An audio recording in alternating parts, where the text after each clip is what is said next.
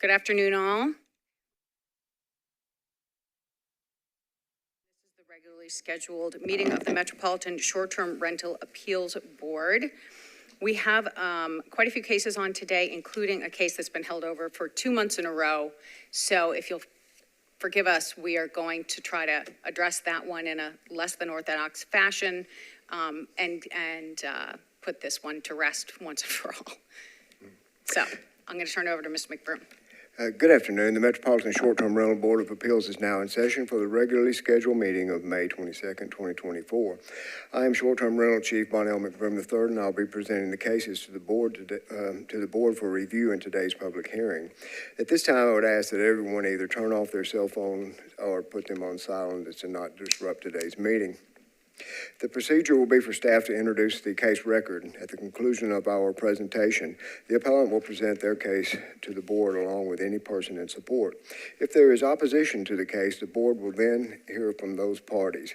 After the opposition has presented their testimony, the appellant will have a period for rebuttal. The board and their rules provide for cases without opposition 5 minutes total for the appellant, including members of the public speaking in support of the appeal, to present their case and supporting comments. For cases that have opposition, the rules provide the appellant, including members of the public speaking in support of the appeal, 10 minutes total for their presentation and rebuttal of the opposition's presentation. For members of the public speaking in opposition, 10 minutes is provided. This is 10 minutes total for all speakers combined and not 10 minutes for each speaker. For members of the public that want to submit comments to be entered into the board record prior to the meeting that are either in support of or opposition to an appeal, the comments must be submitted to the board no later than 5 days prior to the public hearing. Documentation supporters or opponents wish to provide to the board after the deadline can be presented to the board members by providing 8 copies at the public hearing. However, the board may elect to defer cases in order to review any materials received after the deadline. The Metro Code requires that these proceedings be taped. Therefore, it is imperative that anyone addressing the board come forward, speak into the microphone, identify yourself, and then make your presentation. It should be noted if it is found that anyone has presented false, misleading testimony to the board that would have affected the board's decision, any approval may be revoked at a later date by means of a show cause hearing.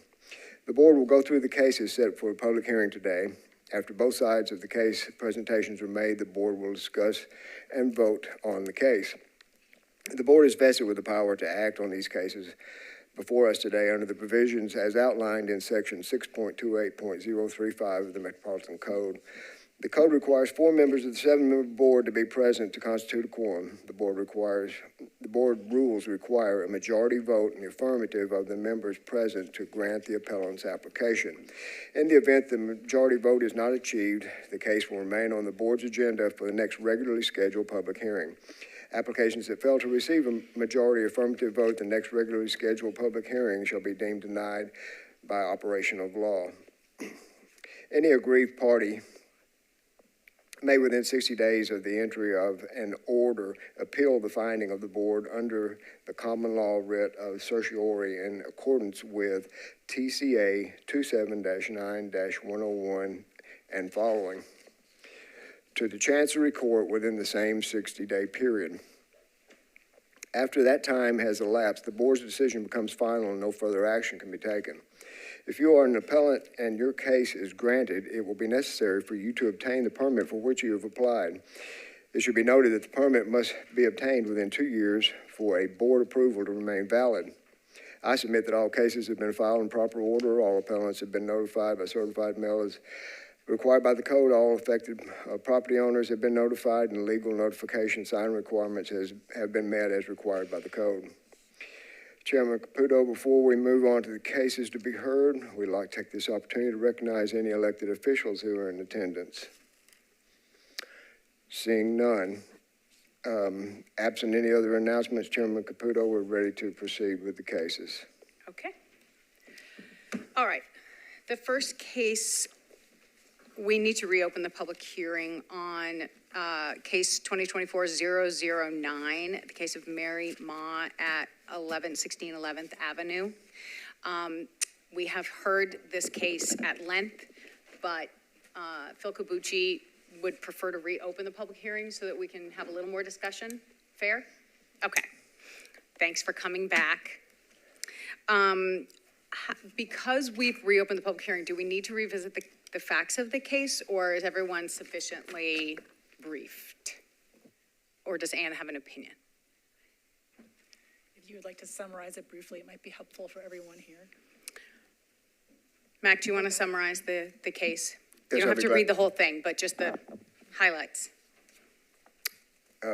Basically, this is a permit that was not renewed due to the fact that the zoning administrator determined that this is not the primary or principal residence of the owner. This is in a SP, which is a special planning unit, which allows only owner-occupied permits.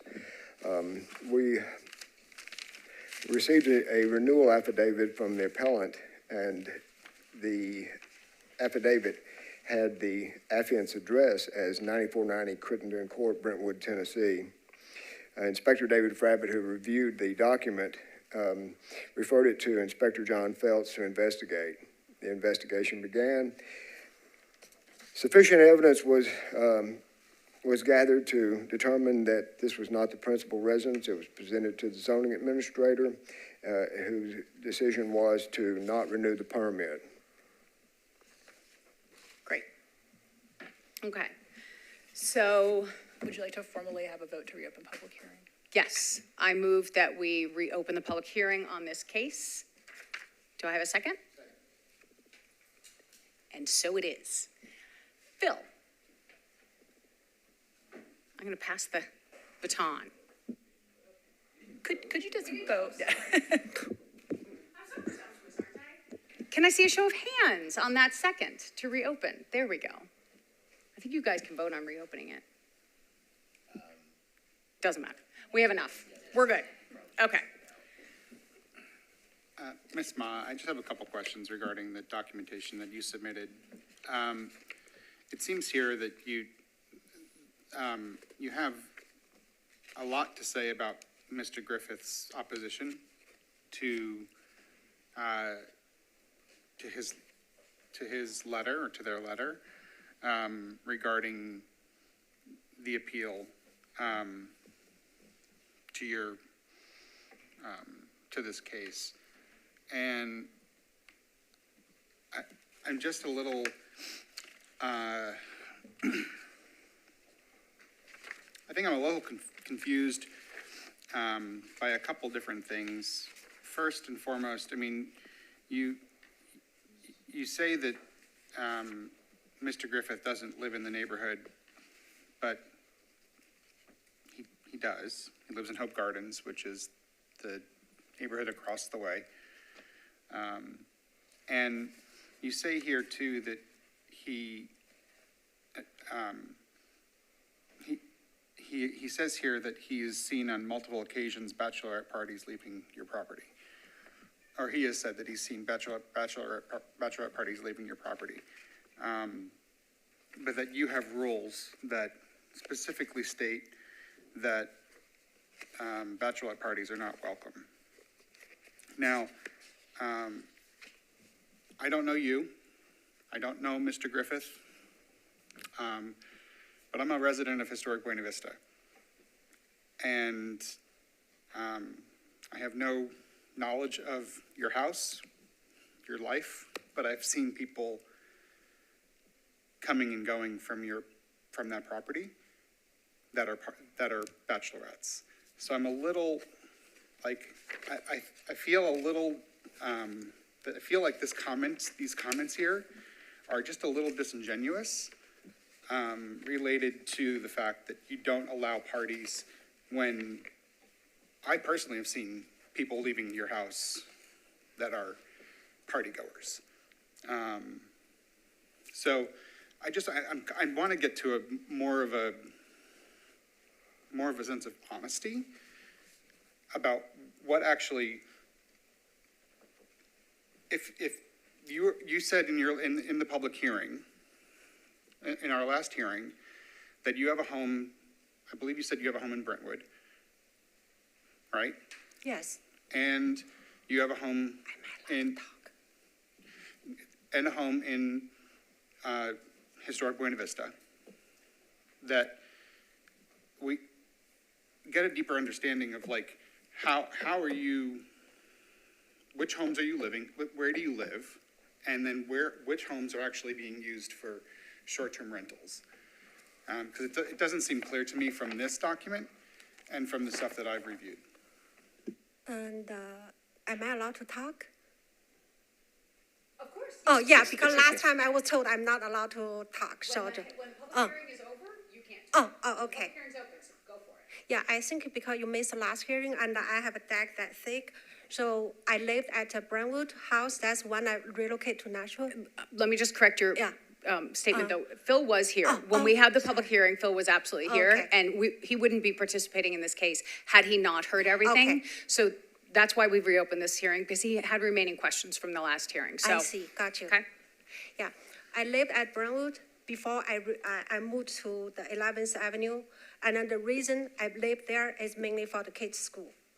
And, the Brentwood place, is really, really far away. And every day, if I really commute to take my kids to school, it's roughly, on a good day, 2.5 hours. If the traffic is bad, it's winter, it's snowing, rain, whatever, you're stuck on the traffic. So that's the only reason me and my husband, we struggled. Eventually, we want to sell the Brentwood house and to buy one at Green Hill, and we realized it's not going to be happen. We couldn't afford. And then we ran into this like good sale price we can afford, so we bought that place. And then I stayed there with my kids all the school days, Monday till sometimes even the weekend, depends on the kids' activity at the school. And that's the main reason I moved to the 11th Avenue, and it's a much smaller home. It's mainly for the kids' school. And actually today my case is here, he's right back there. You can, he has half day, so. So refresh my memory. I think you had one at Harding and one at University School? No, didn't make it. Oh. That's the lady Oh, here. sorry, I didn't mean to She out made your it. kid. So, one is at Harper's Hall, the other one one is at Harper's Hall, the other one is at MBA. They're much older, that's a Okay. couple years ago. And so I provide the school record already. And then Okay. also, I have the start date. Yeah, I remember that. Thank you. I think part of the concern, and I'll revisit this with you. I think part of the concern is that, it really doesn't come off like your main address. Brentwood seems to be your family home, and just judging by the fact that, in October of last year, when school is in session, you had seven different groups of guests. It's just, if you actually live there, it's not like, on the weekends I go down to Brentwood. 7 different groups, there are only 4 weekends in a month, most of them, and I'm sure you understand that it strains credibility to believe that, what really I think is a pied-à-terre that you use as a short-term rental, and maybe you do stay there. It really doesn't strike anyone or any of the materials that Metro turned up, that is your permanent home. We've got all of these materials showing all of these properties that have been purchased, and Brentwood is regularly used as your home. Can I hear the response to that before? Can I? Yes, please. Yeah. And It's a public hearing, it's open. Yeah, We're asking you questions. October is a rare case. And then in late September, the last day of September, I had a fractured foot. I had a fractured foot and I was on crutches, and there is no way I was able to make on the stairs. And so I had a fractured left foot. Yes, I understand Yeah. you had a fractured foot. What stairs? Like what? I was on crutches. I couldn't walk upstairs or downstairs. At one home or the other? I don't understand the point. No, at the 11th Avenue place. Yes. And I was on crutches. Yes. For about 3 months. And that accident happened in September. And so because of that, and my husband travels every single week. On October, November, I live at my sister's house on Estate Street. That is about 3 minutes away from Harper's Hall.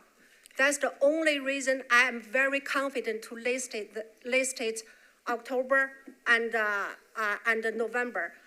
And I have tons of pictures I can show. I had fractured foot.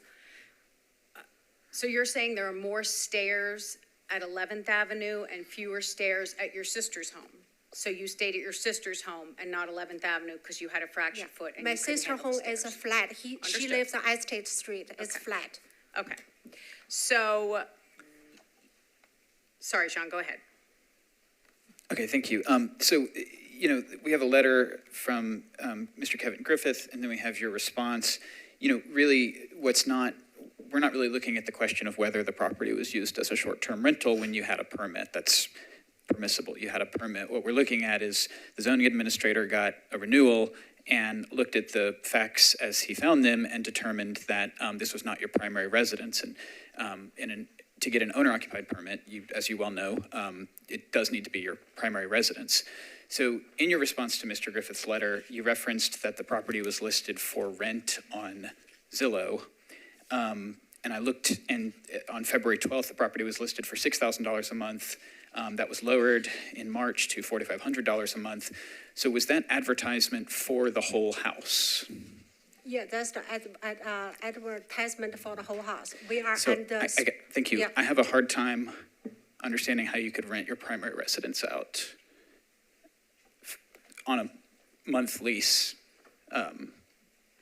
for $4,500 or $6,000. If you see my statement there, we were under a lot of financial stress, and then we were forced because I carried 2 mortgages, and then because one I couldn't do the short-term rental because we were out for the December, we couldn't afford 2 mortgages. We desperately, I leased both of the 11th Avenue out, and I also leased 9490, my primary residence out. I listed both out for rental. So eventually, I need a revenue source, so I don't need to borrow from. Ma'am, you just referenced the Brentwood property as your primary residence. No, I listed both residents out because I need additional income. And then eventually, lucky, because the conversation I have in my case is that mom and dad, we cannot afford to have 2 mortgages. We need a revenue source. And so I do whatever I can to, if I can rent out 11th Avenue out, I will move back to Brentwood because I'm behind my mortgage payment. I understand, but Yeah. a financial hardship does not change where your primary residence is, and you just told us that your primary residence is in Brentwood. No, I said my other residence. Oh, and then luckily, I'm able to rent out the 9490. I rent that place out in March. So I think I provided the lease contract already. Okay. Yeah, I rent that one out finally because it has been going through all these possibilities we can do. And I don't want to show you my bank account. If We're I not show the asking bank for any account, of you that can kind see our struggle at that time. Okay, thank you. I do, Chairman Caputo? Yeah. May I ask a legal question, please? please. In light of the information being presented and I not having a chance to review it until the board did, am I allowed to make a supplemental concerning this information that was provided? Which information are you referring to? You mean the letter here? The information, the lease and the entire supplemental package, am I allowed to comment on that? The board could ask you for comment. if I it would so chose. love to hear what Mr. McBroom thinks about this supplemental package. Enlighten me. Thank you, Chairman Caputo. In light of the fact that I was not able to review this until you were, I did want to make a couple of comments, and that was that the permit for this property was issued on January the 9th of 2022. Therefore, it would have expired on January the 9th of 2024. This property was rented on March 1st of 2024, the Brentwood address. And looking through the lease, the signatures on the lease, notice if to, under number 33, notice if to landlord, 9490 Crittenden Court, if to tenant, 2024 Thornapple Lane. Oh, That's on page 5. Lord.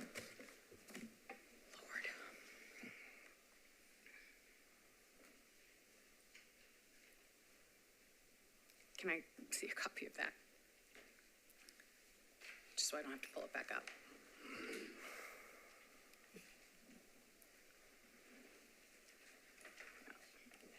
Thank you.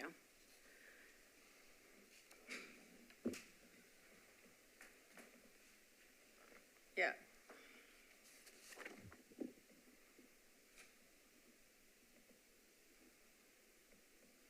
But on the front page, it does say that the property is 9490. Yes, ma'am. That is what the zoning administrator believes to be the primary residence. Oh, I'm aware. Okay, so a couple of things. So I think you're pointing out the discrepancy that it appears that the tenant, the tenant that we're supposed to believe has rented the Brentwood property lives in Pennsylvania, not in Brentwood. That's the appearance to me. Right. But I think And as initially, as fascinating as this is, and so many things about this case have been interesting, this is something that happened in March of 2024. And the question before us is whether or not the zoning administrator erred when the decision was made. And the decision was made long before any lease was entered into, right? It was January of 2024 when the permit was non-renewed, right? that's correct. Right. But the point being that the property was never rented prior to the permit not being renewed. Understood. I get your point. Thank you. That's a good catch. Thank you for calling that out. Okay. Does anyone have any further questions for Mrs. Ma? No? Okay, we're going to close the public hearing. So unless someone is desirous of asking you another question, we're not going to be hearing from you again. We're going to discuss this amongst ourselves and come to a decision. And we thank you very much for your time, lo these many months. So thank you for coming. And you can go sit back with your okay. son, and you'll hear our discussions, but you're not going to be participating in it. Okay, thank you so much, ma'am. Okay. So it's Sean, Phil, Mike, and myself that are going to be involved. You two just your ornaments. What do you think?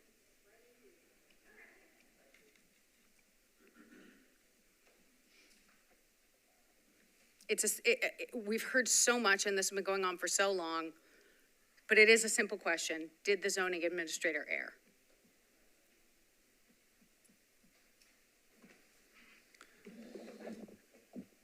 So I can share my Jump. thoughts. I mean, this is a tough one. There's like clearly a lot going on here, but I keep circling back to, what is the question that the zoning administrator was charged with? And that's making a determination as to whether this property is the applicant's primary residence. We've heard a lot of other stuff. We've heard a lot of other stuff. But when it comes to that question, I haven't seen information either in the packet, in the supplemental packet, or from the public hearing that leads me to believe that the zoning administrator made an error. So I could be convinced if other folks see it differently, but I'm not seeing that.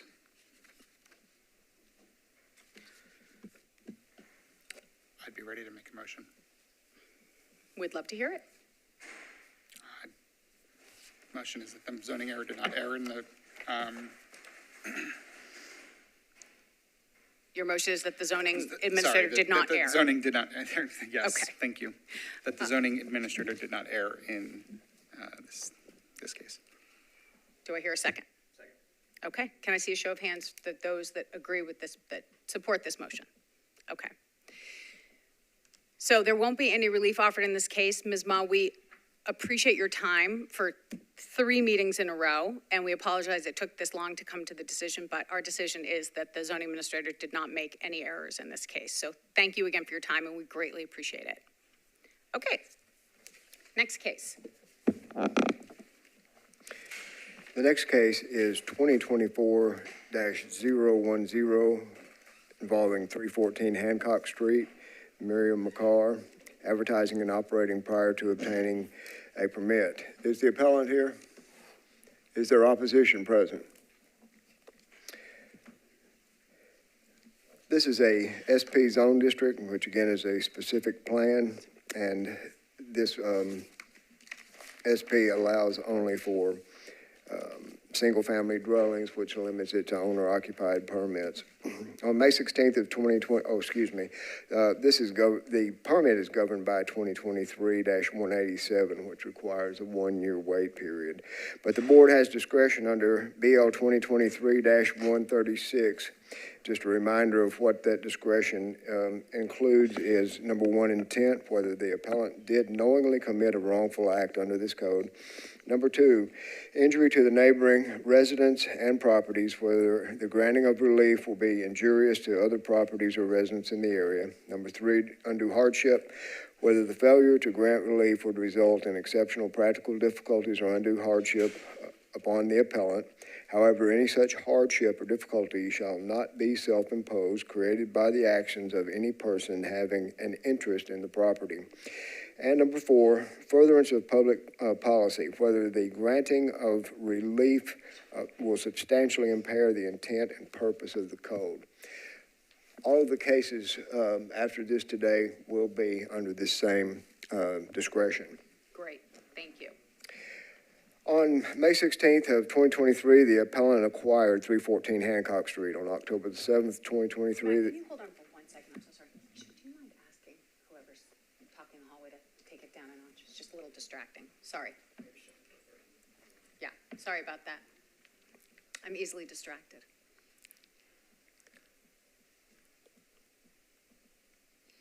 Okay, sorry. Mr. McBroom, go right ahead.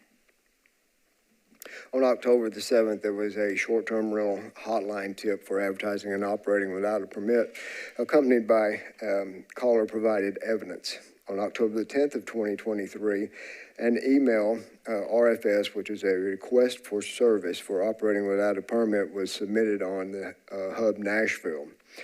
On October the 10th, Inspector John Phelps followed up on the hotline tip in the RFS. He confirmed that the advertisement was posted and had documented stays. A notice of violation was sent.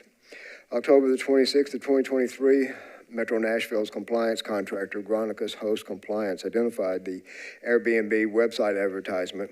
Granicus Host Compliance tracking recorded 4 documented stays in October. November the 6th of 2023, the website advertisement was removed. November the 10th of 2023, Inspector Phelps reviewed the case and found that the ad had been removed and there were no new documented stays. Inspector Phelps again reviewed the case, and the ad had, on November the 28th, Inspector Phelps again reviewed the case, and the ad had not been reposted, and there were no new documented stays, and the property was in compliance, and the case was closed.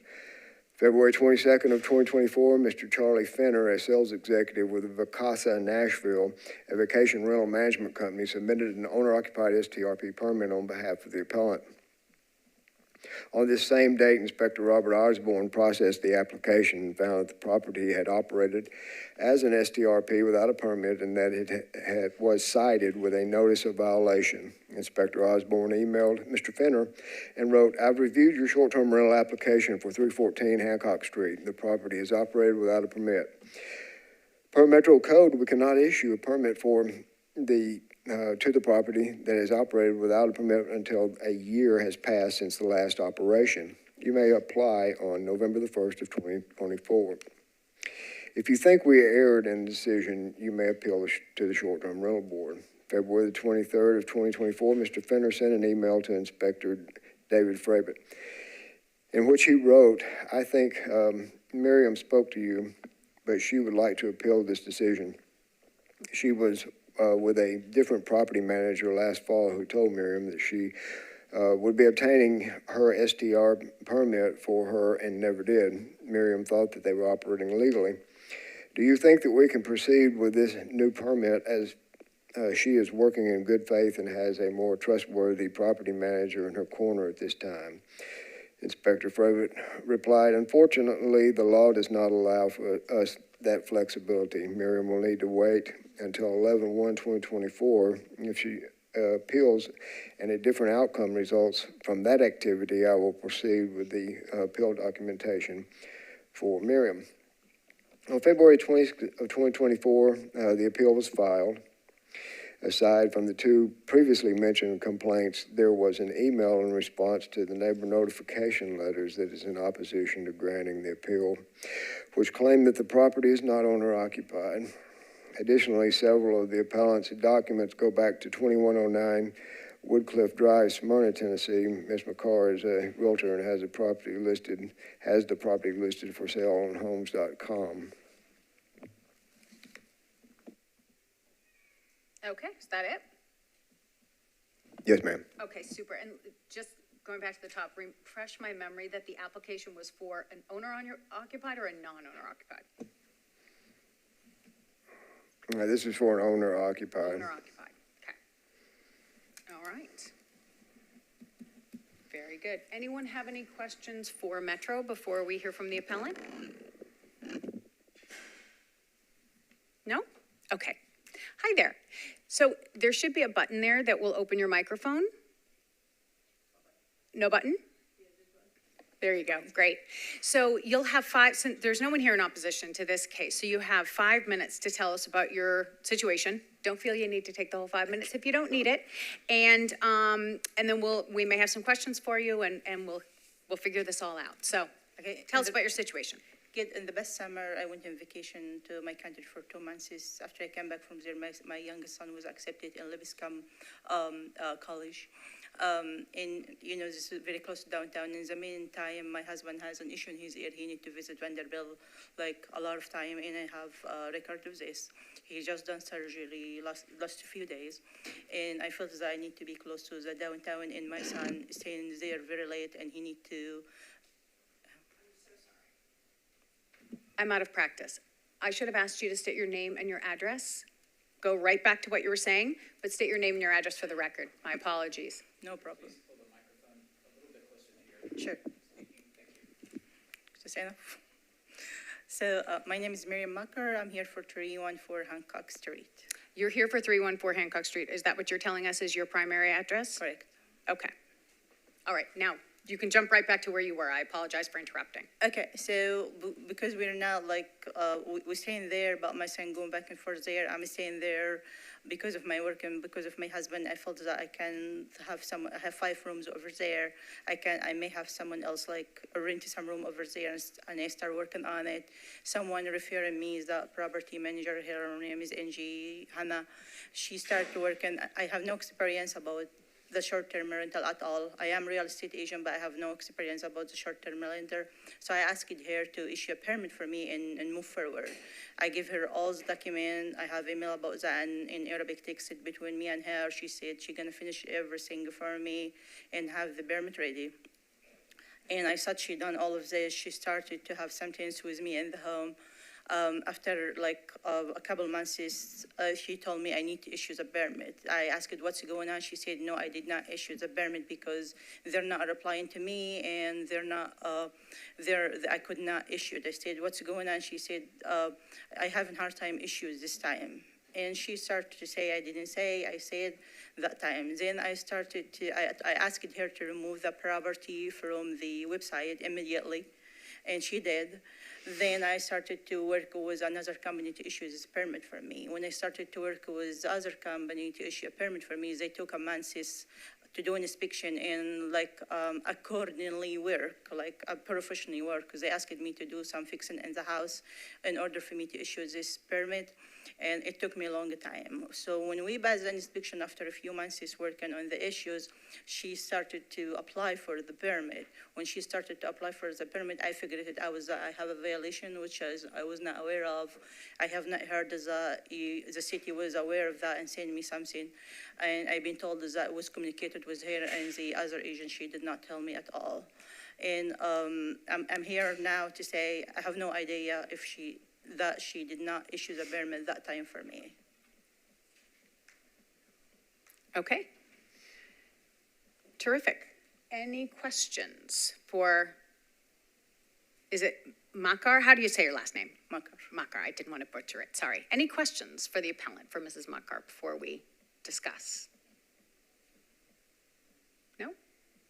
Any questions for Metro? I will ask one quick one, just to make use of your time. So you do have a job as real estate agent, is that correct? Correct. And so this home that we're talking about, you currently have it listed for sale? Correct. Okay, and what other homes do you have listed for sale right now? I have a lot of I have about 6 another ones. Six Another ones. other ones, or 600? No, 6 only. I'm not that I'm like, rich. you're a busy lady. I'm not that rich.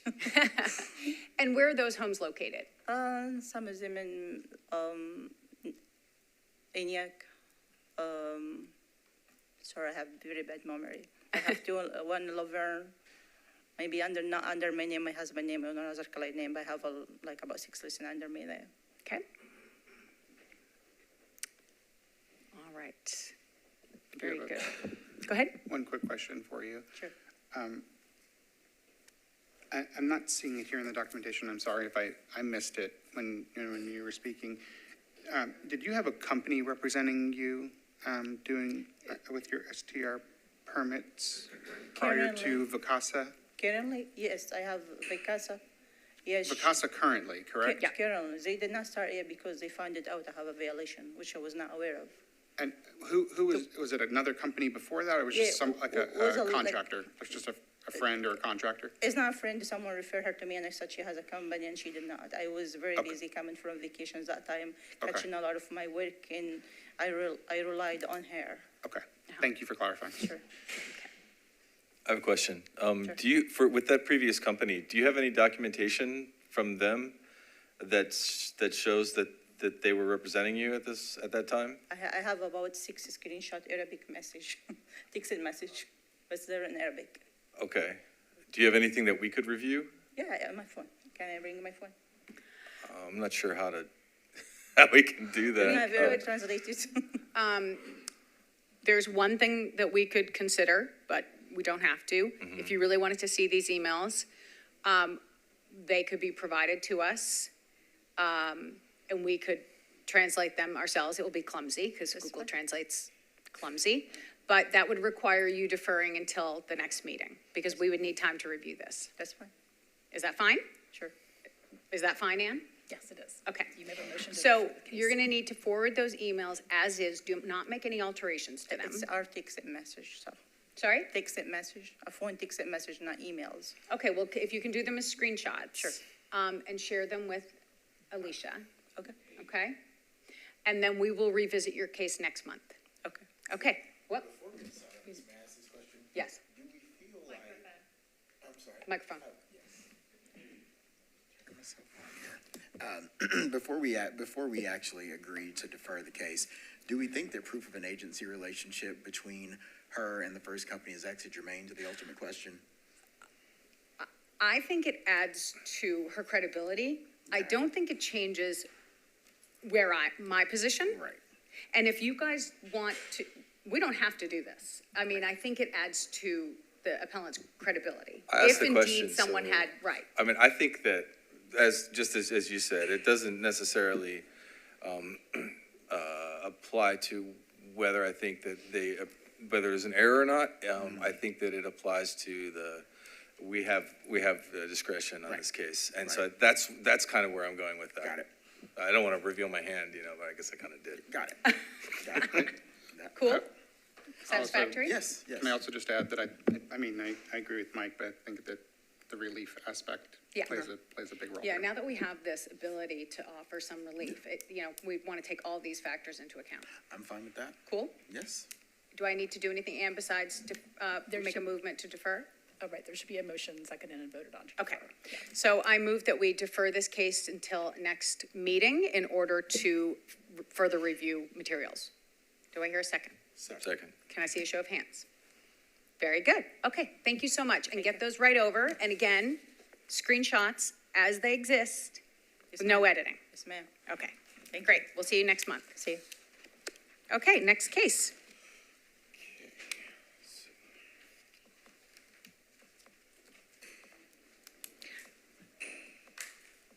Chairman Caputo, I just want to make note of the fact that we do not have an appeal hearing for June.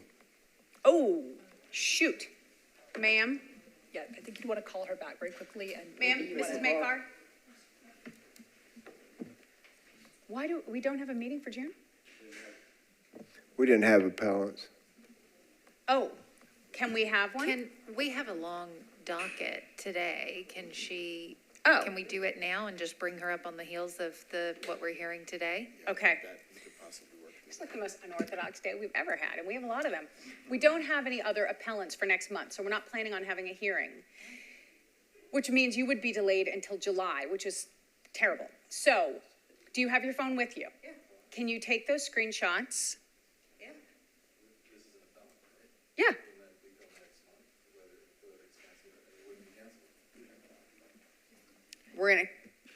We still have 4 other cases, so we could take a few Additionally, minutes it could be and deferred review for 2 this at the meetings. end.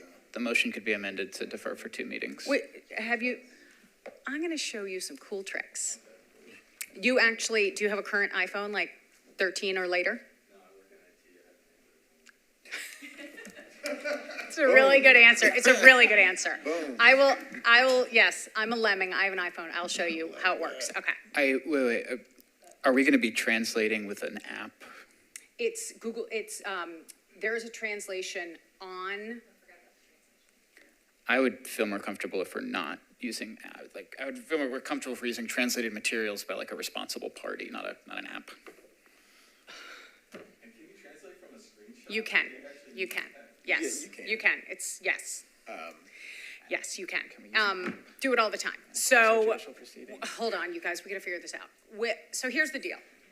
We can do this. We can do it next month. We're not gonna hire a translator. Like, we don't have any money. We're not gonna hire a translator. We could stipulate that we believe that Mrs. Makar had a relationship with someone who, give her the benefit of the doubt and say, we're not gonna iPhone translate this thing, Google translate this thing. Or we could take the screenshots, look at them through what will undoubtedly be a clumsy translation, but it will give us something to look at, and revisit this case after another case or two, once we've had a minute to do these things. It is entirely up to you guys. If I may, there's another option, which is to defer this to July. But I was delayed since last month. My meeting was last month and you're delayed because this month. So you're gonna make me wait another 2 months again. But I'm okay with you today to stay here, whatever you want me to do that here. What do you think? I don't feel strongly about it. I personally, we're getting into kind of discussion about a case that we've already made a motion on now, Yeah. but I mean, know. my feeling is that it's an owner-occupied permit. Like, it's up to the owner to know what's going on with their permit status. I'm not particularly swayed by whether there was a poor property manager in play here or not. So I don't particularly care if we get that information or not. Okay, all right. We have closed this case for now. Can we get back to you after the next case? Just have a seat, enjoy this circus that today has become. And we're gonna table this and we're gonna circle back after the next case. Is that cool? Cool? That's good to me. I don't think that counts as a motion, but we're in agreement, so. Okay. Yes. And we'll skip the translations. And if some people want to stipulate, okay. All right. Mr. Broom, what do we have next? Next case on the docket is 2024-012, 610 Poplar Place. Mr. Jackson Bechtel, advertising and operating prior to obtaining a permit. This is a RS10 zone district. The permit is governed by BL 2020-187, which requires a 1-year wait period, and the board has discretion under BL 2023-136. On October the 3rd of 2023, the appellant, Mr. Bechtel, acquired 610 Poplar Place. December the 9th, 2023, an Airbnb website advertisement was posted. On December the 16th, a second Airbnb website advertisement was posted. January the 5th, 2024, Metro Nashville's compliance contractor, Granicus Host Compliance, identified the Airbnb website advertisement and the address. On February the 5th of 2024, the property address was on the monthly list provided by Granicus Host Compliance for advertising operating without a permit. Inspector John Phelps followed up on the property. He confirmed that the ad was posted with documented stays. The documented stays are December 2023, 1, January 2024, 4, February 2024, 1. The advertisement with reviews are included in your packet, and a notice of violation was sent. On February 22nd and 23rd of 2024, the website advertisements were removed. On March 1st of 2024, the appellant apparently spoke with Inspector Phelps by phone as there was no email record of the communication. Mr. Bechtel then emailed Inspector David Fravitt and inquired about an appeal. The appeal was filed. On March the 8th of 2024, the ads remained down and the case was closed. And there are no documented complaints on the short-term rental hotline or Hub Nashville. Very good. Does anyone have any questions for Metro before we hear from the appellant? Is the appellant here?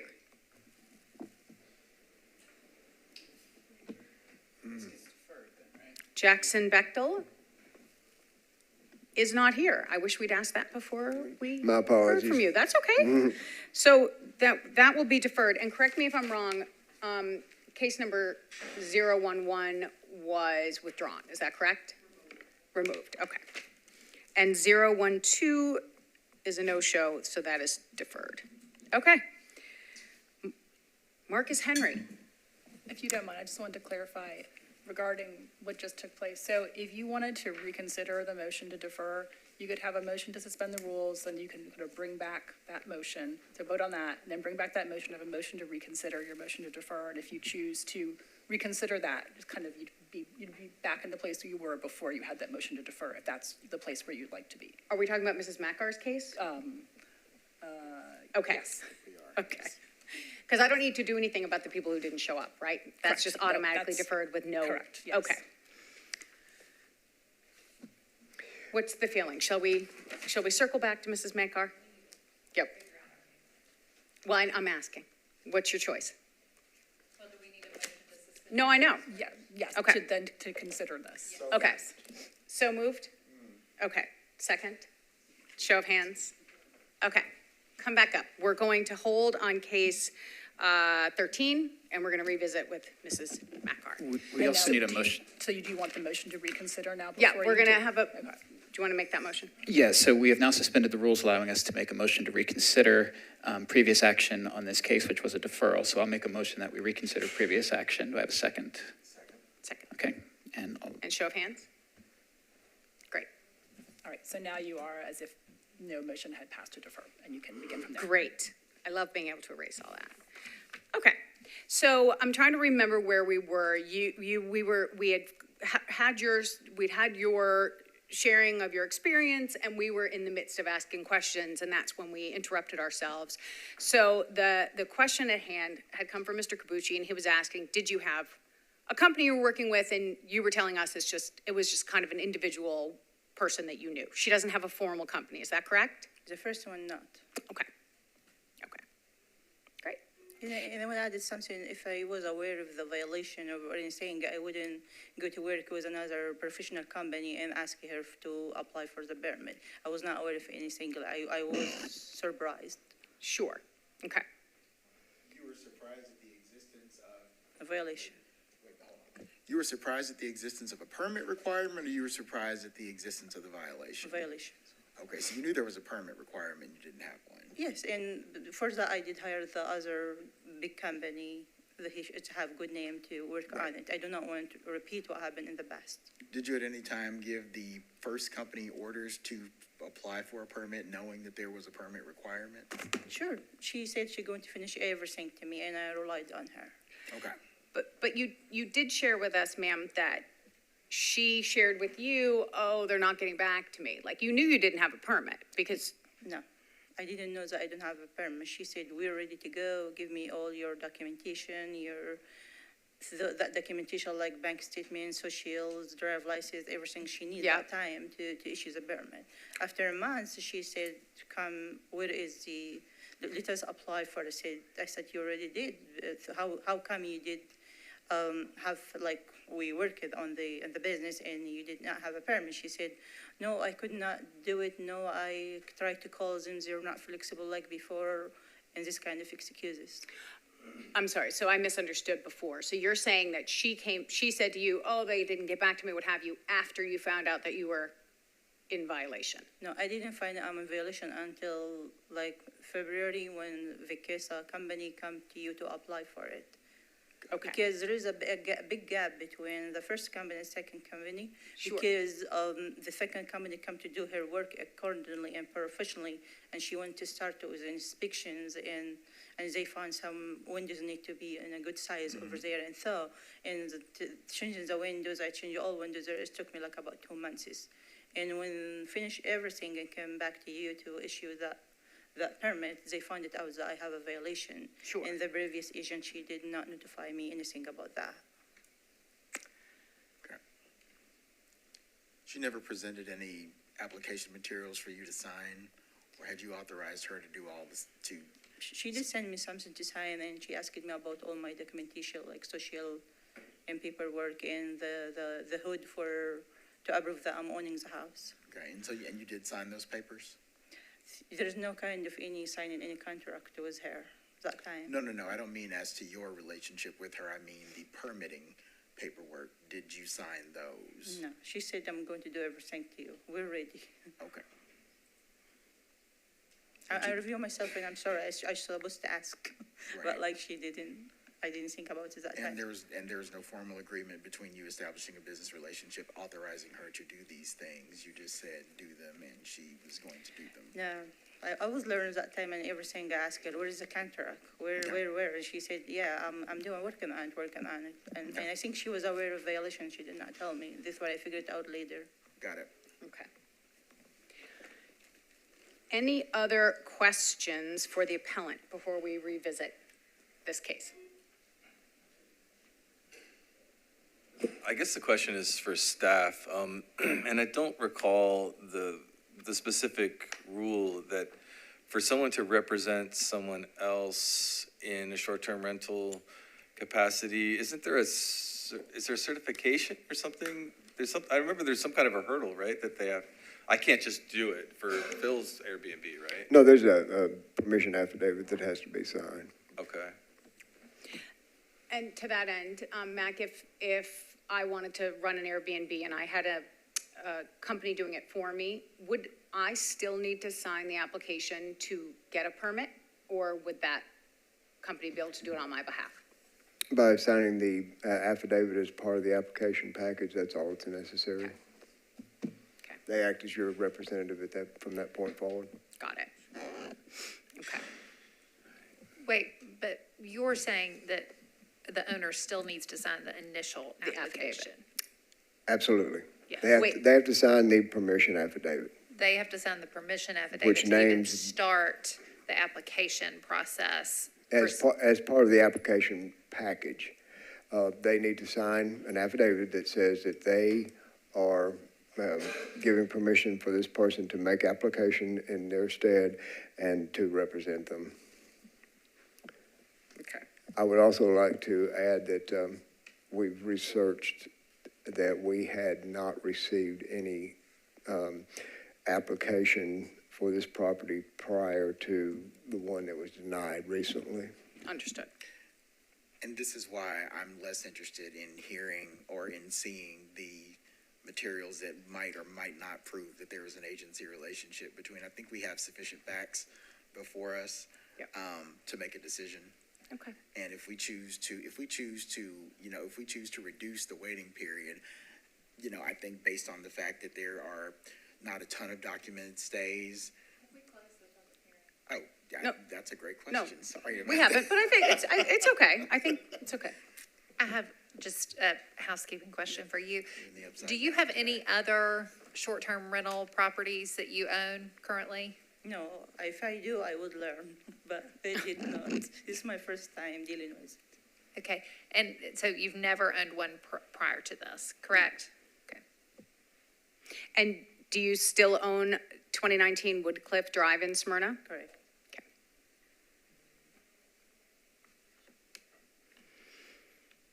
But the issue at hand is operating without a permit, not owner occupied or non-owner occupied. Right. Any more questions before we deliberate?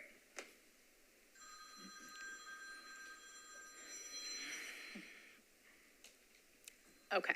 I am going to consider the public hearing closed. Thank you for being so cooperative and patient with us, and we are going to close the public hearing. Unless we want to revisit this yet again, we're going to consider it closed, and we probably won't discuss this again with you. We're going to discuss it amongst ourselves and come to a conclusion, okay? Thank you for your time. Thank you. Okay. Sean? Thank you. So I just want to highlight that it looks like this case, the violation was a result of complaints being submitted from neighbors. We have a letter attached here from an adjacent neighbor, Whitney Weiss, in opposition to the wait period being reduced. Also includes some information speculating about whether it's a primary residence or not, but that's really not what we're here for today. The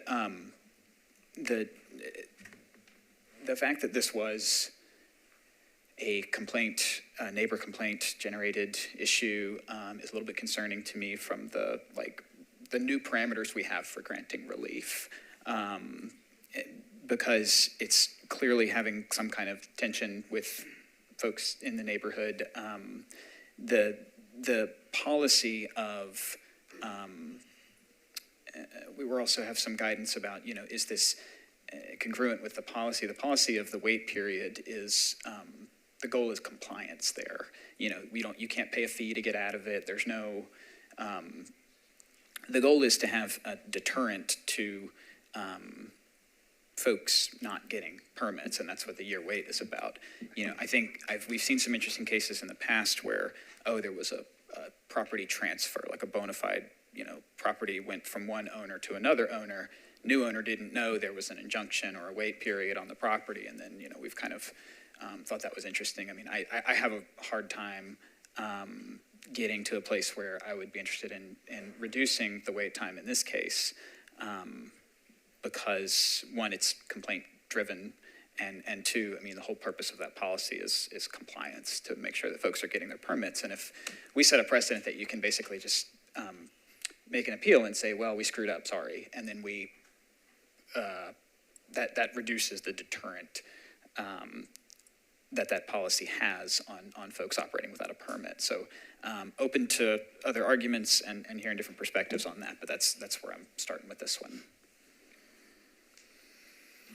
Yeah, I think that the facts are clear that, at least in my opinion, that it was operating without a permit. It's whether it was known or not, and in the end, it doesn't. If you make a mistake, you still are responsible for the consequences. So, yeah.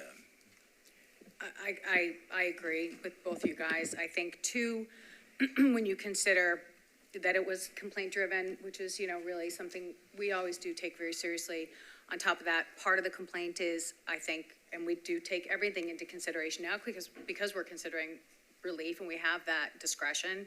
The fact that it was applied for as an owner occupied, and it really does appear that this is not the permanent and primary residence of this family.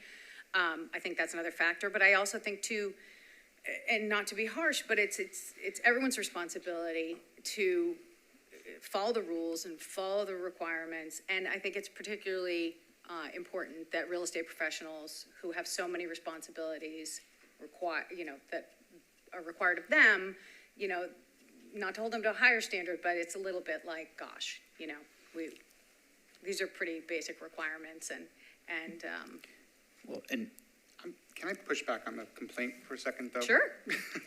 The complaint is not someone who, it's a complaint, if I'm reading this correctly, it's a complaint from someone who is complaining regarding an advertising violation and no permit on an Airbnb listing, right?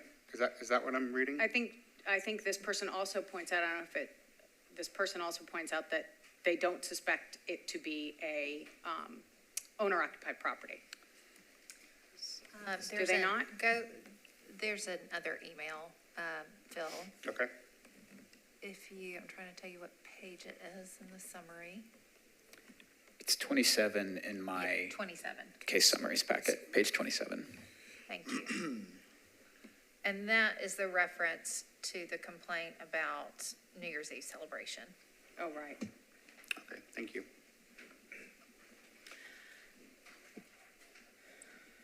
Well, I mean, the matter at hand is not, oh, these are nuisance renters. The matter at hand is, was it rented without a permit? It was.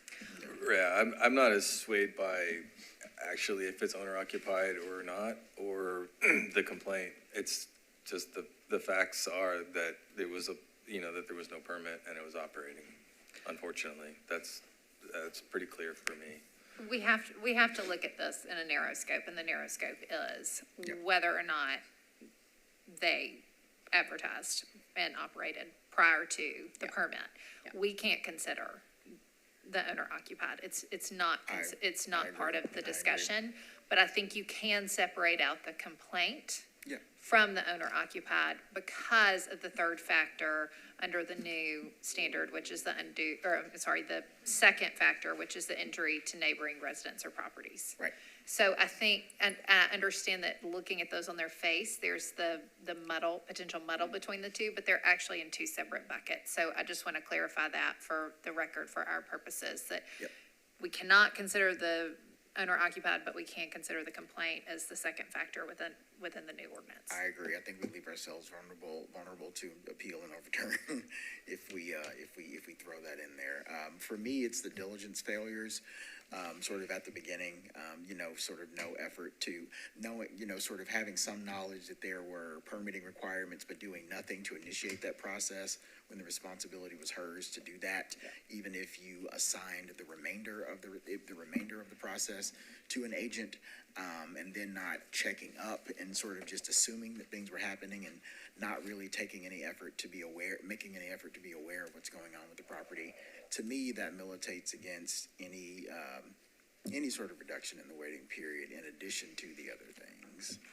So having said all that, I move that we deny, that we find that the zoning administrator did not err and deny the appellant's request for relief from the 1-year waiting period established by code.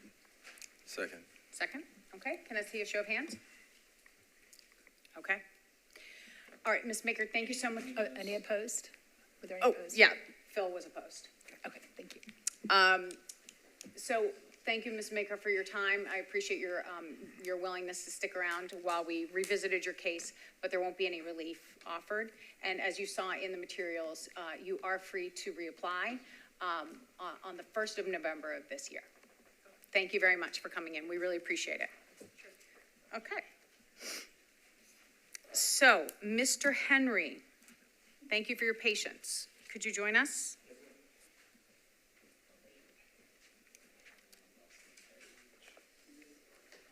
So this is, yep, hold on.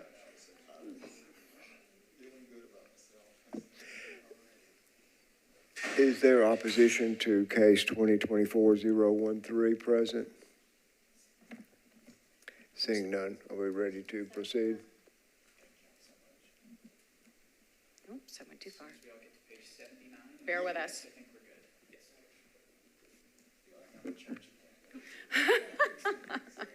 We're getting on the same page in the hymnal here.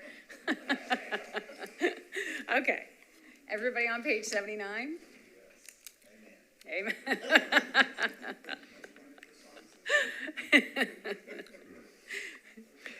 Okay, case 2024-013, 2104 Buchanan Street, Marcus Henry, advertising operating prior to obtaining a permit. This is a CS zone district, which is commercial service, and it allows for not owner-occupied permits. This permit, or this denial is governed by BL 2020-187. And the board has discretion again under BL 2023-136. On February 10th of 2023, this property address was on Metro's compliance contractor, Veronica's host compliance list for operating without a permit. Inspector John Feltz opened an investigation and confirmed that there were 2 website advertisements posted. One Airbnb ad hosted by Colton and one VRBO ad hosted by Colton Dominic. And there were several documented stays at the property. A notice of violation was sent.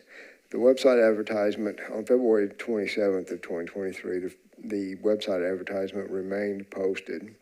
Inspector Phelps made a site visit to the property and posted the stop work order on the front door and made photos to document the posting. The timestamp on the photo is 2:09 p.m.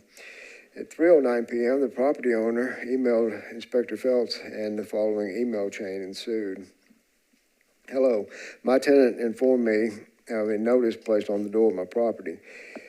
The ad my tenant placed was changed last week when notice was mailed to one of my other properties. I've applied for a permit this morning for that location. Feel free to contact me. This is my cell number, and call me anytime, Marcus Henry. Then Inspector Phelps' return email was, hi, Marcus, it looks like you have short-term rented without a permit. Unfortunately, you will be on a 1-year hold for getting a short-term rental permit. This is a standard penalty that the Metro City Council has passed into law. You will be eligible for a short-term rental permit 1 year from the last review. Please remove both ads or change the calendars to 30 nights minimum stay until next year when you can get a permit. Please let me know if you have any questions.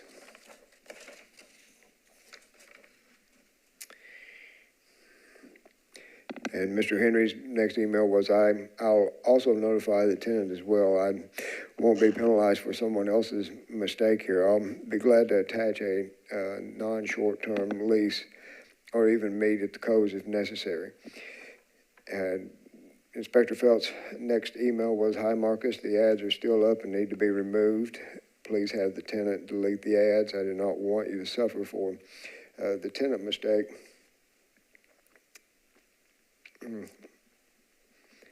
For the tenant mistake, but you are responsible for everything because you are the property owner. If the ads are not removed, the next step will be legal action, and I do not want it to go that far. Please let me know if you have any questions. And Mr. Henry's reply, thank you for updating me because we don't search the ads or know if they are posted. Again, the property is not rented to them for us as an Airbnb, but I'll be sure they are removed or eviction will be threatened. I hate it's having to go this far, unfortunately. Inspector Phelps' reply, I totally understand. That's why I'm reaching out to you. I do not want you to get in trouble for mistakes someone else is making. Please let me know if I can help. Mr. Henry, thanks for informing. Our tenant stated that the ad is being taken down, and so hopefully that's taken care of going forwards. Inspector Phelps to Mr. Henry, the ad is still up and needs to be removed. Take whatever steps you need to do with the tenant, but the ad must be removed because the legal responsibility falls on you. The tenant does not care about you or the legal trouble that will follow. So please do whatever it takes to have the ad removed because we are getting close to the point where I have no other choice but to go to court. It looks like he does have days booked for the future. Here is a screenshot and a link. Please let me know if I can help. Mr. Henry's reply, no, the responsibility falls on whomever is not following the rules. The tenant has been informed the ad was supposed to be removed. Thanks for actually sending the ad that we've never seen. Now we can actually hold more accountable than before. We searched Airbnb and didn't see the ad. This will be handled accordingly. And Inspector Phelps replies, hey, the tenant paused this is Mr. Henry's next email. Hey, the tenant paused the listing for a week ago, pending on if we decide to appeal on behalf of the pause. The pause will be further extended or completely removed. It's currently inactive, but again, thanks for informing. And Inspector Phelps, thank you for addressing the situation, but the ultimate responsibility falls on the owner. Fair or not, it's the way the law goes. I will give you more time to get this handled. Please let me know if you have questions.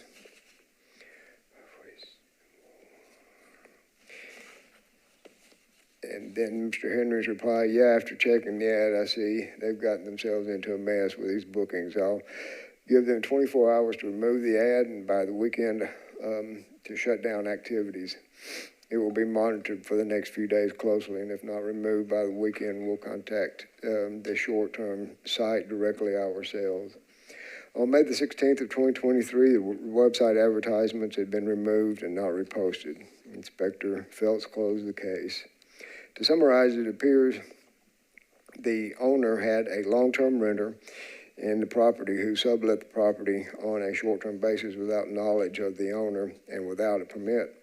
The tenant was either evicted or not allowed to renew. On November the 6th of 2024, a new long-term tenant occupied the property.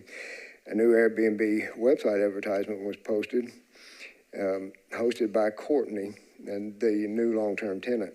On February the 13th of 2024, the property address was again on Metro's compliance contractors' monthly list for operating without a permit. Inspector Phelps confirmed that there was one Airbnb website advertisement posted. Inspector Phelps reached out to the appellant and the following emails ensued. Hi Marcus, this is John with Metro Codes. It looks like your tenant at 2104 is short-term renting. It does look like she lives there because she's only renting one bedroom. The ad is down for now, but she does have several reviews. Please let me know that please let her know that she is not allowed to short-term rent without a permit. All good on our end because the ad is down, but she needs to keep it down. Please let me know if you have any questions. Mr. Henry replied, yes, we noticed it and informed her to remove prior to this email. I believe she will apply for a permit. If so, I'll sign off on it for her. We aren't always watching, so send an email anytime and we'll resolve it. And Inspector Phelps replied, hi, Marcus. She will have to appeal to the short-term rental board to get relief. Right now, she could only get a permit in December of 2024 because she is renting without one, and there's a 1-year penalty. If she appeals to the board, they will have the ability to lessen the wait time. If she chooses to appeal, she can email Inspector Fraybert. The property is eligible for a non-owner occupied permit, so if you wanted to do a short-term rental there, you could. Either way, the appeal would need to be made to lessen the 1-year wait time. And Mr. Henry replies, okay, so basically I personally can apply for the non-owner occupied permit. How do I expedite the process? The tenant is a traveling nurse and is vacating the property tomorrow afternoon. I have the forms filled out today, and you are saying that I need to file an appeal. On April the 28th of 2024, the STRP application was submitted. It was processed by Inspector Robert Osborne and was denied for advertising operating without a permit. March the 6th, the appeal was filed.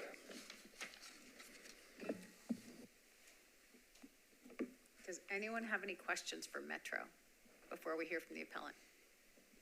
Am I gonna do it? I'm having difficulty deciphering the timeline. Am I the only one? There's a typo? I think there might be a few. Yeah, the ones in question, well, I'm just having trouble following because it goes from May 16th to November 6th of 'Cause there were this year, two different. and then February tenants. 13th. Yeah, but November 6th hasn't happened yet. That's the hard one. And then, so is it November 6th of 2023? And then February 13th of 2024? And then there's another one that, maybe it's just out of order where he applied on April 28th and was denied, but then the appeal was filed on March 6th. So go back to that page 82, scroll back up there, right there. Okay, we're looking at May 16th, 2023. Website ads were taken down, but then you can see it's November 6th of 2024, which has not yet happened.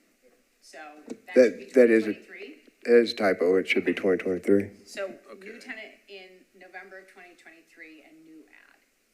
And then it was dinged in February of 2024. Does that all make sense now? Yes. And then the last bit on page 83, the April 28th and March 6th. April 28th, the permit was denied, and then March 6th, the appeal was filed. Is that May 6th? Is that right? That would make sense. Yes, that's correct. Okay. Okay, thank you. All right. I'm good. I have one question for Metro. So an appeal was filed following a permit application being denied, is that correct? Yes, sir. And whose name is on the permit application that was submitted? Who is applying for a short-term rental permit at this property? I believe it was Mr. Henry, but I'm not sure that I have the application before me. I can access that information for you, though. We can also ask when we open the public hearing. Yep. I think there's something in here. Oh, that's usually in our, maybe that's in our packet. It often is. Yeah, I thought I saw that too. Yeah, hang on, I'm looking for pages. That's why I like paper.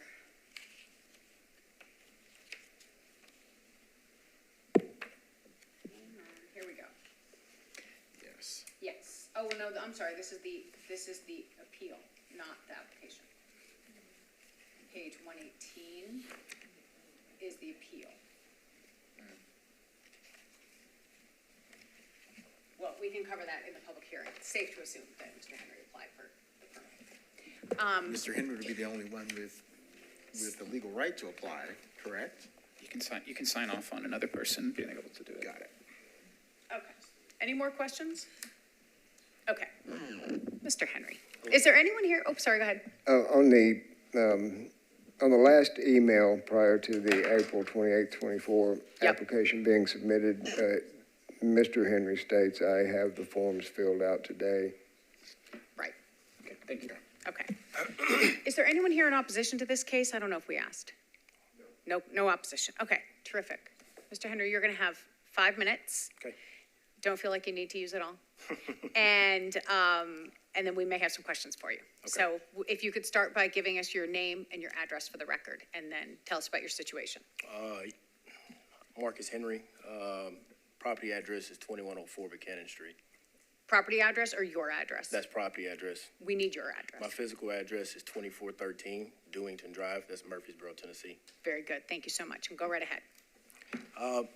428, that's 2023, and that was applied by Tim Davis. That was the tenant. Colton, that was his business partner, or whatever the case may be. They did that in 2023, not 2024. Right. They applied for a permit And they were denied. because it had been used previously? Right, And then you up filed there. the appeal on their behalf? I filed the appeal for myself. You filed the appeal for Yeah, yourself? they're- So they're- have you ever applied? No, they're evicted. They no longer live there, but in 2023, they applied for the permit. That was 4/28/2023 is denied. Okay. I got that right here. on Sure. the- We believe you wholeheartedly. Okay. Pause that, and I'm not going to take your time away from you. Okay. But now this is confusing because he wasn't even the applicant, and yet he's the appellant. We just got confirmation from the inspector that reviewed the permit application that it was Tim Davis that applied for the permit. So where does that leave us? It's all the same. It's advertising and operating without a permit, no matter who did what. And he's appealing for relief from the 1-year wait period because that's in effect, no matter who was renting. Okay. Because ultimately, the Metro Code states that the responsibility falls on the owner. Okay, but did Mr. Henry sign off for the ability for his tenant to apply for the short-term rental? I believe he said that was a business partner, Mr. Davis? No, that was Colton's business partner. the Colton's tenant. business partner. So that was the what, tenant. I'm trying to understand. No, he did not. Are you asking if at I'm sorry, may I? Please. Are you asking if, at any point was Mr. Henry aware that people were applying for short-term rental permit applications at his property? Well, that is a question, yes, but I think it's pretty obvious, in my opinion, from the emails that he was not initially. My understanding, what I'm trying to work out legally is he never applied for the permit. He never signed off on the ability for the permit to be given. Didn't sign that affidavit as part of the packet. Now he's appealing. There's a legal disconnect for me here that I'm trying to reconcile. For me as well. I think No, he's just appealing the fact that there's a 1-year wait on the property from the last documented stay. So that he can then apply for a permit. That's correct. He wouldn't have had to have been aware of it. He wouldn't have had to sign off on anything. In this case, it certainly appears to the staff that he was not aware of the short-term rental activity taking place until he was notified by Inspector Phelps. Therefore. Okay, the April 28th, 2024 short-term rental application that was that submitted by Mr. Henry? That was submitted by Tim Davis. It's on page. Oh, I'm sorry. I'm seeing it. It's page 105. Could you ask that question again? And it is 4/28/2023. Could you ask that question again, please? Well, I was, okay, the very end of your case summary that says April 28th, 2024, the short-term rental application was submitted, it was processed, and was denied. That contradicts what's in the materials, and it contradicts what Mr. Henry is telling us here. If you look at your email, or an email, from Robert Osborne, it's page 105. It's dated April 28th of 2023. Tim, I started to review your short-term rental application and ran into an issue. It's being used as a short-term rental without a permit. And then there is in big red letters, denied. Tim Davis, prior. I don't know what those abbreviations stand for, but prior to obtaining. Oh, advertising and operating prior to obtaining. So the only application that has been made for this property was more than a year ago. That's where I get what you're saying. Yeah. But the property has been rented and advertised more Yes. recently than that. Right. So do we need the appellant to apply to be rejected before we can hear the appeal? I Is that kind believe of what we're that- getting at? No. No? I'm very confused. And can we? Okay, hang on. Yeah, I apologize. The dates that I was given were incorrect. It was April of 2023 as opposed to April of 2024. So let's pull the appeals notice back up. Let's look at the appeals notice. At the end of the day, it's a 1-year wait from the last rental, no matter what, unless you grant relief. Got it. So the question that leaves me with, though, however, I'm still stuck on this. A person can apply and obtain a permit that is only leasing a property with leave from the owner. Yes, sir. As Okay. long as So- as long as the permission affidavit is signed as part of the permit application, yes. But everything that we've heard so far says that no such thing occurred. Can we pull up the section of the code that actually addresses the ability of a lessee to apply for a permit with leave? If I may, it's possible that Mr. Osborne, in reviewing that permit application, never got to that point because he found that it was in violation for advertising operating without a listing. So you wouldn't go through and finish the thing once you hit one, I think, would be the process. I don't know. But if we're looking at this from a legal timeline, would love for legal to weigh in on this as well. The notice of appeal that we have in this packet is appealing a decision that was made over a year ago. So I understand what we're saying here, that, it's been rented since then, but the appeal that is filed is for something that happened over a year ago. No, ma'am, that's Well, irrelevant. then where's the documentation between those two? Well, 'Cause that's what I'm missing. That's irrelevant. The documentation is that it was on the host compliance list for advertising and operating without a permit. So then you're the telling me second he's time appealing around. the host compliance, which I don't think is proper procedure. So I disagree, respectfully disagree with you. I think this is very murky with the legal timeline here.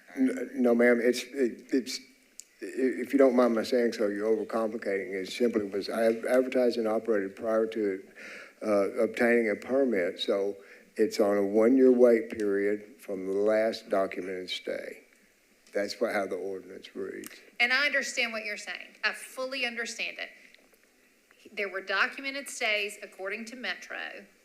And so if he were to come in and apply, if Mr. Henry were to come into you right now and apply for a permit, you would deny it, and it would backdate to a year from the last stay. I understand what you're telling me, but what I'm telling you is, and we need to discuss and sort this out, because what he technically is appealing right now, there's been no official decision from you other than you standing up here today and saying Ms. that this has happened. If you look on page 83, an application was submitted on April 28th of this year. Okay, that's, And then in May, an appeal was filed because that application was denied because there was a one-year wait. And I think No. that is what they are. we just Here. established that those were typos in the dates. The 2024 is correct, May 6th, not March 6th. Where's the 2024 application? Because they found it, what they told me when I asked that question was that it technically should have been April 28, 2023, which is in the packet. But there's nothing that supports this that I'm seeing. I need somebody to point it out to me. If I'm just missing it, please correct me. Okay. Is it possible there were two applications? On the exact same day? Well, we've got the man sitting in front of us. Well, and also. We can just ask Mr. Henry, who should know. I know that your tenant applied. Right, In correct. 2023. That was Did you 2023. turn around and apply again? I did not. You just said, I'm gonna appeal. Yeah, I wanted to apply, but I was told I couldn't. I had to appeal. Okay, Oh. so you've never submitted an I application? haven't submitted an application. Okay, Yeah, and thank it's you. clear You are that this correct, yeah. application is from, because Robert Osborne's email back to Tim Davis is 4/28/2023. What I'm still stuck on is that Metro Everyone's such a appears to be complicated day. taking the position that someone can, without leave of the owner, legally obligate the owner of a property to comply with a set of laws. That, to me, I can't square with that. Yeah, yes, sir. It's, the Metro Code says that the owner of the property is responsible. No, I get that part. But what I mean to say is, just as I could not sell an owner's property without some sort of permission or agency relationship with that owner, unless the owner has given you leave to do that, you can't do something that And I obligates. think we can sort through that in the discretion piece. Okay. My threshold question is procedurally, Right. I think we've got How a are we problem. appealing I something agree that with never you. I happened? agree with you on that as well. I guess I was just really, really struggling with that, because if that's going to be something that we accept as true going forward, I think that creates problems. Well, in this situation, what happened was Mr. Henry was going to apply for a permit, but Inspector Phelps told him that you have a one-year mandatory wait, so you'll have to appeal.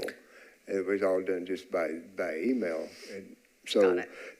that's the reason for it. At the end of the day, it's just, there's a one-year wait period according to the ordinance from the last documented stay because they operated without a permit. Right. Okay, Mr. Henry, can you tell us, and I'm sorry, we haven't even given you a chance to give your whole spiel. We've just really launched into this, and I apologize.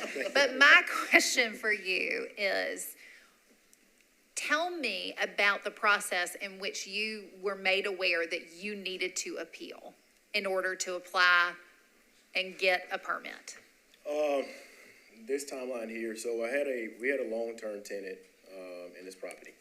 I think they probably moved in maybe it was around December, forget when it was. I have the lease here, but, they paid us monthly, of course. I think by the time February came around this timeline, when they got notice, when I saw a notice on the door, February 2024, It was February 2023. 2023. Right. So, Okay, yeah, all right, so, I just yeah, want to make sure. They had a notice on the door.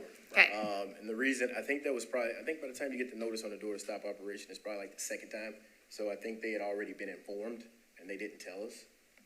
But I happened to see the second notice because I own the property next door and the property across the street. So I was working next door and I saw this big yellow tag on my door. So that's why when you see that he posted, that he put it on the door, probably like maybe 30 minutes later, I sent an email because I wanted to know why it was on the door. Because it's supposed to be just a regular residential rental, not a short-term Airbnb.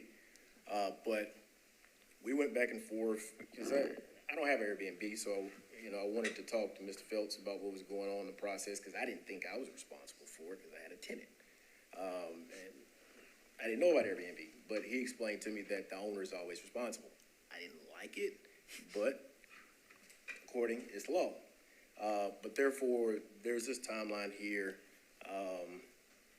Tenant finally took it down. They rented for the rest of the duration of the lease, and then we just didn't renew the lease. Simply because we didn't want to go through this again. And with that being said, if anybody was going to Airbnb it, I felt like it should be me. So therefore, after they were evicted, that's when we were sending emails back and forth, and I wanted to apply for short-term, but they told me I couldn't because it was under 1-year probation. So that's when I filed the appeal. I think we missed a step in between because you had a second long-term tenant who did the same thing. Correct me if I'm wrong? That was not my tenant. That was their tenant. That, That was a sublease. Courtney, it was a sublease. that was a sublease. Boy. Yep. But you just said you didn't renew their, Colton's lease. No, I didn't. By the time they saw that ad up, she still had her stuff there. They were moving out. Her car was there and everything else, but she wasn't even living there. So I gave them time to get out and everything. But no, that was his tenant, not mine. do you have other rental properties? I do. Do you have a provision in your lease now that it can't be used as short-term rentals? All 12 of them. Probably a super good idea. That's just an aside. I know we didn't give you time to go through this, but do you feel like there's anything that hasn't been covered? No, I think that would probably be the gist of everything. Okay. All right. Anyone have any other questions? Do we feel like we understand what's going on here? You feel good? I'm with you, Whitney, in that I'm not sure how we, I mean, it's still murky, right? Because technically, Metro, so if you're looking at the timeline, we can close the public hearing for this. we can. I don't have any questions. Okay, we're gonna close the public hearing. If we need to revisit something with you, we'll reopen it. Okay. But we're gonna discuss this amongst ourselves. We appreciate your time. All right, thank you. And, we'll let you know if we need to revisit. Thanks. Okay. Okay. So, he emailed in March 2024 and said, I want to personally apply for it. And then Metro has said, you're going to have a 1-year wait period. Technically, that 1-year wait period at that point, technically we're appealing an official decision for a wait period that would have ended then like a month or so later. You're shaking your head no. No, I mean, Metro's position is that the wait period is from the last documented stay. And so this has nothing to do with the permit application that was denied a year ago. That permit application never really got very far because it was already under a 1-year wait. But what I'm saying is Metro's denial was not technically a denial on an actual permit application. It was a denial on an email saying it's going to be denied. So if you look at the appeal, which is on page 118, 119. It's 118 in my packet. The undersigned hereby appeals the decision of the zoning administrator wherein a short-term rental permit is required for the property at 2104 Buchanan in accordance with all documentation. Appellant is alleging the zoning administrator erred in enforcing the mandatory 1-year prohibition against operating without an STRP permit as required by law. So, it is in the appeal, like the appeal Right, it's brings in the that appeal, question but to us. It's in the appeal, but what's the document that's being appealed from? An email? It's making her I mean, lawyer sense, I'm just very telling, it is, uncomfortable. it's making me very uncomfortable from a procedural standpoint. I'm not a lawyer, and I also have difficulty with this. Like, are we appealing a conversation? So you think procedurally, folks should pay the permit application fee, get denied, even after being told by staff that it's fine if that's your understanding. I think you probably know more about this than I do. Do you think that's what needs to happen in cases like this? I am not going to definitively opine on that, because I think I'm trying to just decipher the facts of exactly Well, what's in front of us. Let me see But- if I can split the baby in half Well, here. but Okay, go ahead. let me say this. I think ultimately, going back to your question, if we want to talk about the root of the matter here and the discretion that we have that Mr. Bond raised, I think that we need to talk about the discretion. If everybody else can get over this procedural hurdle and I'm in the minority there, then so be it. And let's talk about the, If we're skipping to the ultimate question, I think there's ample cause to exercise our discretion to reduce, if not completely waive, because I just think this is such a mess. What was the last documented stay? Wasn't it in May of last year? Was it not this year? February of this year. The website ads were just removed in February of 2024, and that, But was whether or that not the it's documented documented- today, the ads are another part of that requirement, that you can't be advertising. So not just Okay. operating, Yeah, I'm struggling to see where the last documented stay was, but the last documentation that that the advertising was going on was in February. Yeah, my apologies, that, there were 2 documented stays in December of 2023. Okay. Now, and one in, four in January of '24 and one in February of '24. Let me say, I think that, I'm with you in that it's uncomfortable to appeal something that seems like the waiting period to the appeal is long gone. But if it were a case where it wasn't as complicated and it wasn't that a tenant tried to apply and all that, or 2 tenants operated illegally, what have you, if someone had applied and been denied and continued to operate, Whitney, after that time, we would still be considering, not when the application was denied, but we'd be considering the date of the last stay. Right. Regardless of when the renewal was denied or the application was denied. So, I mean, it is uncomfortable, but I think we can still operate So yeah, from that position. I can't think of a single case we've decided where it didn't, where we weren't operating from the denial of a permit application as opposed to, and I think also it's shaky to me to rest the beginning of our inquiry on something that administrative office employees are discouraged from doing, which is expressing even a partial legal opinion and telling someone where their rights are. You can explain procedure, but in essence, you are doing the thing, you're doing more than I think the code allows you to do in that case. So I think there's tremendous discomfort with that, and I will make no secret of the fact that I think that there is ample cause to, if there is any applicable waiting period, that there would be, I'm inclined to vote in favor of waiving it. Let me just a point of clarification. When did this new rule go into effect that the appeal had to be applied for by what date? I think you just applied. So undoubtedly, these new rules allowing us to have some discretion, that rule is in effect for this appeal, yeah? Oh, yes. Okay, okay. I think it's also, we've never had a case where a tenant did this to an owner, let alone 2 tenants did it to an owner. So I don't think there was ever a valid application filed, and that's a problem for me as well, because for reasons I've already articulated, that's a good point. however poorly. so May I interject? Sure. I think that what this boils down to is that. Do you have something to add? We don't have a public hearing open, so allow me to ask you, Mac, you have an opinion on this topic? Would you share it with me? Thank you. Yes, I think this boils down to the fact that Inspector Phelps had this relationship with Mr. Henry previously.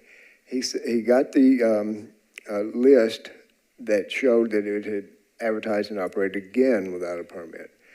However, when he tried to substantiate that the advertisement was there, it had been taken down. Therefore, just out of a courtesy, he contacted Mr. Henry again and told him, this property has come up on our list again. So you might need to check with your tenant again. Understood. And so therefore, just due to the fact that he was trying to warn him and they had discussions back and forth ongoing for a considerable period of time, he just told him that you will not, if he had gone through the exercise of applying for a permit, he would have been turned down. Inspector Phelps has the same ability to render that decision as Inspector Osborne or Inspector Frey, but Okay. So my read, I believe the applicant that they were not aware of the short-term rental activity that was happening. I understand there is a responsibility that falls on the property owner, but, throughout that time of that happening, we have a documented effort on the property owner's part to work with codes administration to rectify this situation. And so I think compliance is being strived for here, this demonstrated desire to bring the property into compliance. I don't think that we will see any of those issues again, probably with any of the applicant's properties. And so I am inclined, like my colleague, Mr. Bond, to waive most or all of the waiting period in this case. How does that sound? Yep. I'm inclined to waive the entire waiting period. in this As case. am I, and I'll actually make a motion to that effect. Second. Okay. Can I see a show of hands? Yep. Very good. Mr. Henry, you are free to apply. Very good. Thanks for coming in today. We really appreciate your time. Yeah, I appreciate you all. Thank you. Thank you. Is this not the most complicated day we've ever had? I did not eat my Wheaties today. And we are nowhere near done. Lord have mercy. So what do we have next? Sorry? Yes, ma'am. Sorry.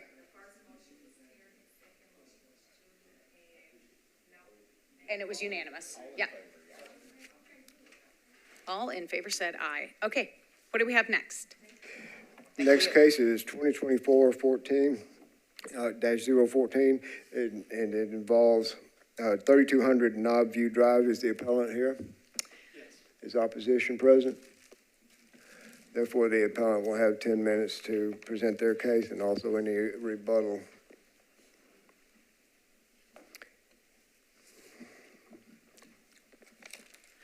We are going to hear, so is it, I'm sorry, am I looking at the wrong one? We said this is 014?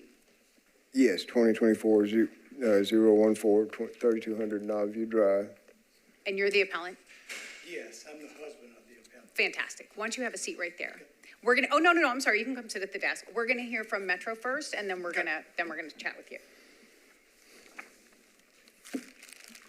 And could I trouble someone to tell me what page this starts on? Thank you.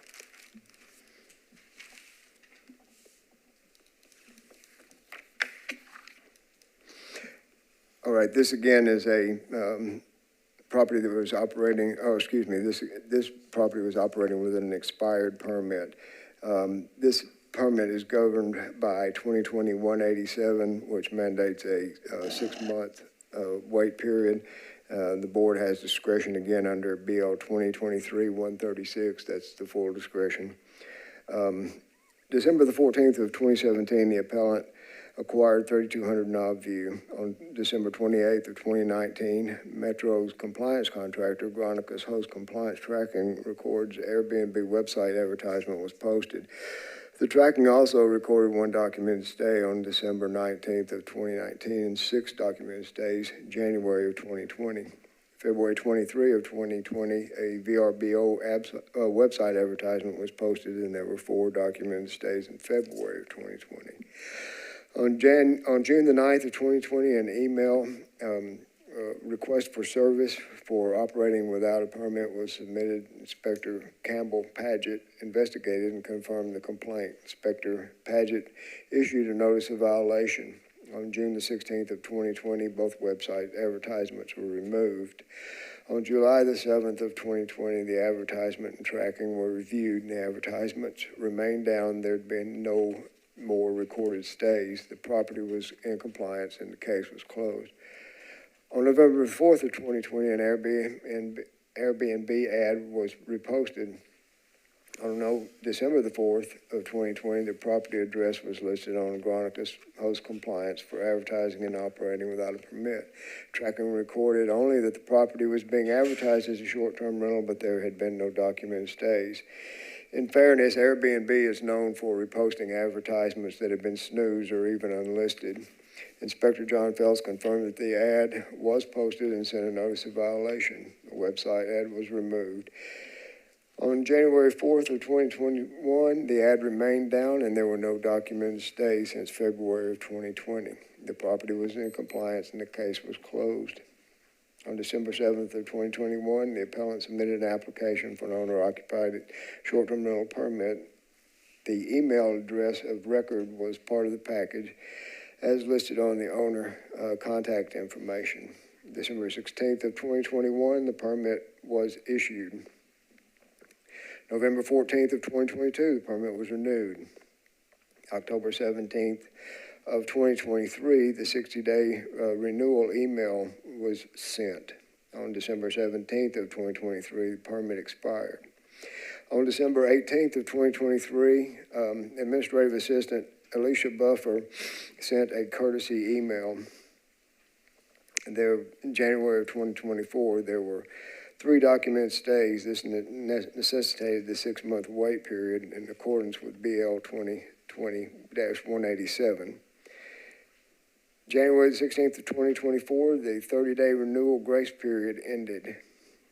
February 1st of 2024, the appellant emailed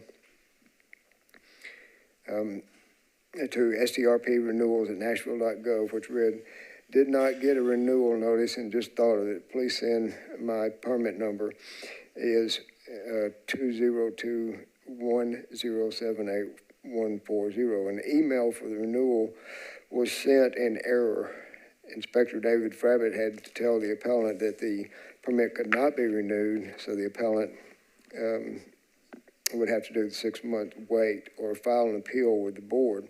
Following this, there were emails through January the 20th, 2024. The complete email record that we have is in your case file.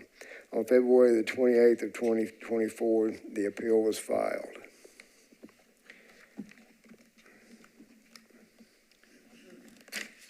And there was one complaint from the Hub Nashville in June of 2020 that had been previously noted, and there were no hotline complaints.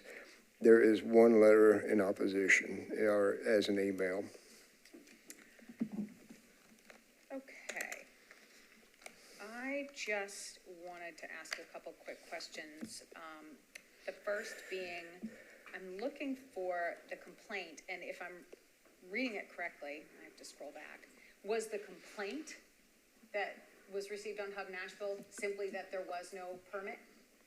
It was the June 9th, 2020, an email RFS, which is a request for service for operating without a permit, was submitted. Okay, so that it wasn't a complaint, it was a complaint alleging what we know to be true, that there was no permit, not that there were any incidents or any nuisance from the house, right? That's correct. Okay, and then can I ask this, it says in your summary here for February 1st, an email for renewal was sent in error. What does that mean? Well, the request for renewal was sent into the STRP renewals mailbox, and it was just processed in error because it didn't realize that the permit expired and that the grace period had ended. But it was caught quickly by Inspector Frabbit, and he notified them that the permit could not be renewed. So Metro sent an email for In response to their request, yes. Got it.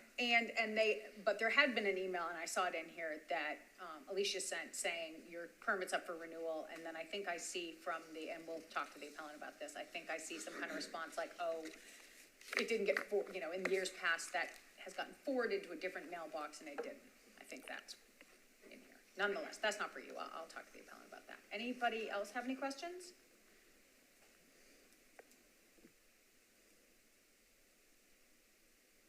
No? Okay. Okay, so, can you state your name and your home address for the record? And then also just make note that you do have 10 minutes to speak because you have, someone here speaking in opposition. Don't feel like you need to use all 10 minutes if you don't need it. Oh, I won't need 10 minutes. Okay, and then also, keep in mind that if you're going to want to share any information, after you hear from the opposition, you want to save some time for that, okay? Okay. Terrific, so tell us all about it. All right, my name's Larry Gurley. I reside at 3200 Knobview Drive, 37214. That's our home address. I'm not the permit holder. It's actually my wife. She's actually outside. Our babysitter called out on us today, and that's why she's not in here beside me. So I'll be doing all the speaking, but if you want to ask her any questions, I can get her. First and foremost, I do acknowledge that it is completely our responsibility to renew our short-term permit in the allotted time. With that being said, that we had somewhat of a perfect storm, creating multiple reasons why this didn't get done. I appreciate this opportunity to explain the reasons today. This was simply an honest mistake. Mr. McBroom, reading the appeal stating that we operated our short-term rental without a valid permit is technically correct, but it also implies that we were trying to skirt the system or do something intentionally deceitful or dishonest, which is not simply the case. I was the one that reached out to the short-term rental office about our expired permit, not the other way around. Here are the circumstances which caused us not to do it in time. Charmaine and Gage, our 2-year-old son, went to the Philippines for 6 weeks, commencing on December the 6th and returning on January the 19th. I have their passports here if you'd like to verify this. She has been very concerned about the 24-hour flight with the little one, a daunting task for anyone to take on. The renewal was emailed to her on November the 30th and was not forwarded to my email like in the years past. This has been fixed by Google. They had to restore this function in my email. I also thought last year I put my email on as the primary, but evidently I didn't. And if you go through the email chain, you'll actually see that. She simply doesn't check her email often, and that is a problem. This is why I set up the forwarding in the first place to communicate with a short-term rental. Then, I believe all you guys here can relate to this. Being home alone with no wife and no children, I had it made. But no, I had a laundry list as long as my forearm to do while she was gone. The first was the master bathroom that was a never-ending project for the last 2 years that I never could get back to, and also replacing the galvanized water line from the street to the house, plus many other small ones, doing this all between the guests staying in the Airbnb or the short-term rental.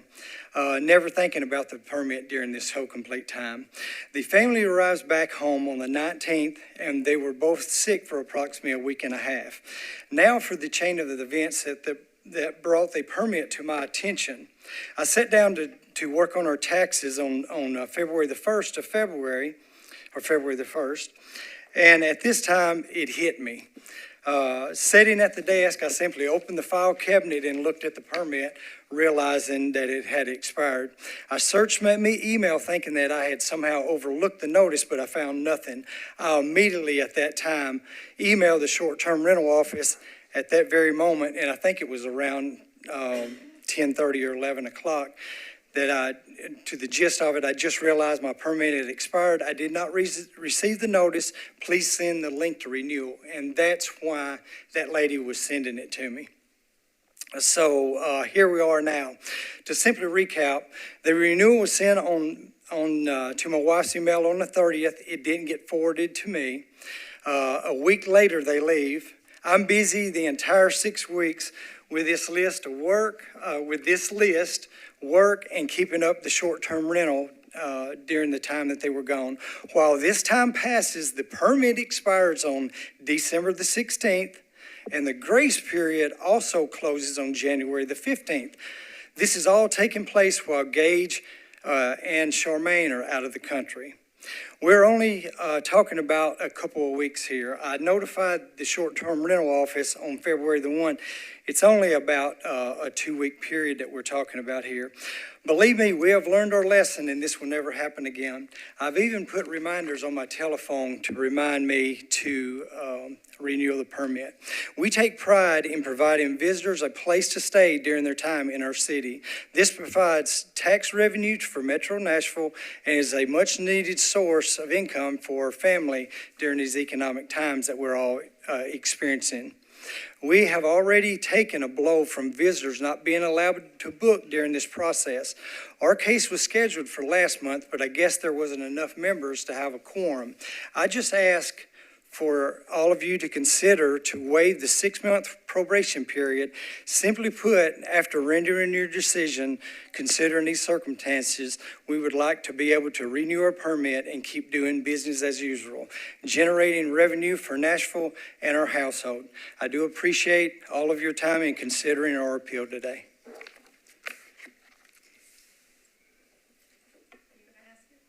Yeah, Mr. Gurley, I have one important question. All righty. At the end of our materials, there is a marital dissolution agreement that was filed in December of 2018. So, is that, did you and Ms. Gurley remarry? No, we haven't, but we've lived together ever since then. We never separated. She's outside. I can bring her in and she can speak to that effect. But this is a document that is filed with the court and stamped by Clerk Rooker.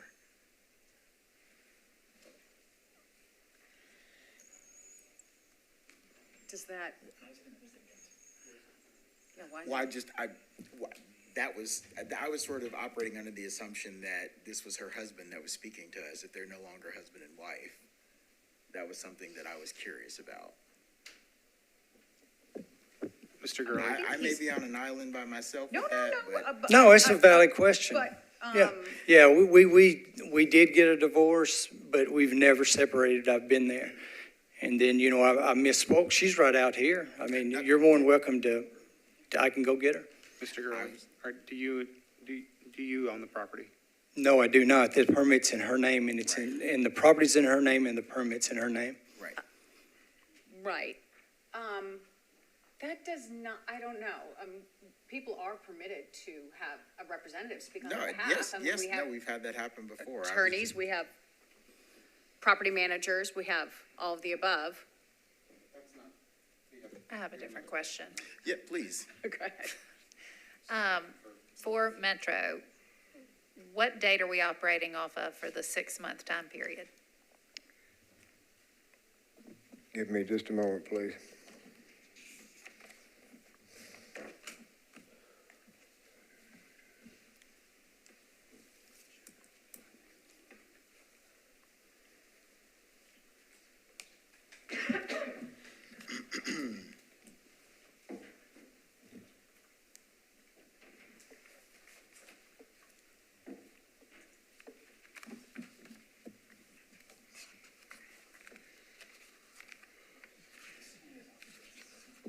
We do, yes.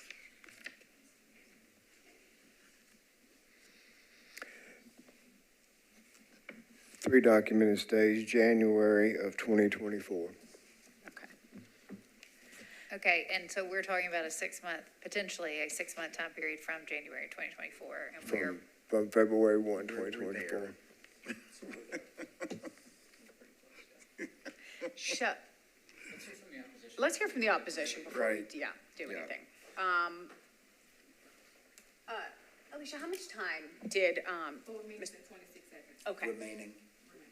If indeed we need to revisit anything, we do have time left Okay, in your super. allotment. So we're gonna hear from the opposition. If you could come forward, sir. How's everybody doing today? Good. Thank you. You sit right there. The microphone's already open. If you'd be so kind as to give us your name and your address for the record, and then tell us what brought you here today. I am Art Strauss. I live at 3107 Knobdale Road, about a block away from this residence over here. This was kind of like an inquiry for me. I represent some of my neighbors. We sat around and talked about getting these letters and our concerns about that neighborhood. In Donaldson, there are a couple of gem neighborhoods that we're really fond of, the Bluefields, the Lincoln Hills, the Donaldson Hills. We're long-term residents there. Our concerns are the migration away from the beauty and the quaintness of the neighborhood by businesses of this nature. That being said, there's been no interruption of that lifestyle in our neighborhood, thank you. But it does cause us to have a moment of pause to reflect back on where we are and we're going forward. And just want to make sure that the integrity of that neighborhood is maintained. And I believe that what I witnessed here, I'm seeing from the testimony that it's not going to be the nightmare that we're thinking it could be, the worst case scenario. That nightmare was when the tornado came through the street up the road. So that was quite an event. So, but anyway, so my fears have been assuaged. I just wanted to express my concern that the neighborhood is keeping an eye on things. We don't have neighborhood watch signs in our neighborhood, but like, for instance, I had a vendor come to my house the other day and was coming in and out of my house through the front door, and a Metro police officer stepped up on my porch and introduced himself. And he just kind of casually said, like, is everything okay? He said, yeah. I said, well, some of the neighbors said they saw somebody carrying equipment in and out of your house, you know, so I love that neighborhood. I want to keep it that way. I like living there. Very good. Thank you. We really appreciate you coming in, and it's always very meaningful to us to hear from neighbors, and it's also quite meaningful to hear that you don't join us today with a bunch of horror stories, because we've heard those too, so. Well, that was just it. You know, the more we talked amongst ourselves, we weren't really sure what the status was of it. We didn't know if it was owner occupied or if it was, you know, non-occupied and that kind of stuff. So we're pretty squared away with that. So, that's Any all I have. questions?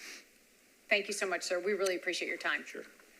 And we wish you and your neighbors wish you well. Okay. Any cause for anything more you want to add? You do have time left. Anyone have any questions for the appellant? No questions. And everyone's comfortable that the appellant is an appropriate representative for the owner? Yes. I mean, if they were long-term boyfriend and girlfriend, we'd be fine with it, right? I get to ask one irrelevant question No, per year. hey, listen, it's in the packet. It's in the packet. Honor my rights. No, for sure. Honor my I rights. honor your rights. I do indeed. Honor my rights. Okay, great. Well, any questions before I close the public hearing for Metro? Actually, let me ask you one last question before we do close it. Just as a point of clarification, I realize that, you know, you didn't see the email, what have you. You guys had gotten dinged once before, right? Well, that was before, that's when we first, Right. started there, BME. Yeah. And I didn't even know we had to have a permit. That's how that started. Yep. And I would never, ever let it expire ever again, But it happened. It was just a chain of events, that caused it to happen. It would seem like to me, if I can interject something here, dentist offices and stuff, they'll text you, hey, you got an appointment tomorrow. That would be actually something that'd be real helpful, especially for my wife, I'm because she sure doesn't. it would. But, that would actually help. But as, we're looking at this packet, and not only was an email sent to your wife, a follow-up email telling her That's that correct. the grace period That's was correct. That's running correct. She was in a out. third So- world country, no internet. Okay, where she lives. got it. Okay. That hampered the deal too, but I didn't even think about it, Yeah. because I had so much going on. But it'll never happen again, I guarantee you that, because this has been an ordeal. Okay. All right. Any questions? I am going to call the public hearing closed, and thank you very much for your time. We're going to discuss this amongst ourselves. Sean? I'm happy to start this one off too. I'm seeing a lot of efforts toward compliance here, and we're hearing from neighbors that there's not a big issue or really kind of any issues. I'm inclined to, given that we're, I think, 3 or 4 months into their 6-month wait period already, I'm inclined to waive the remainder of it and allow them to apply for renewal today. Second. Was that a motion? I move. Is an inclination a motion? Do we need more?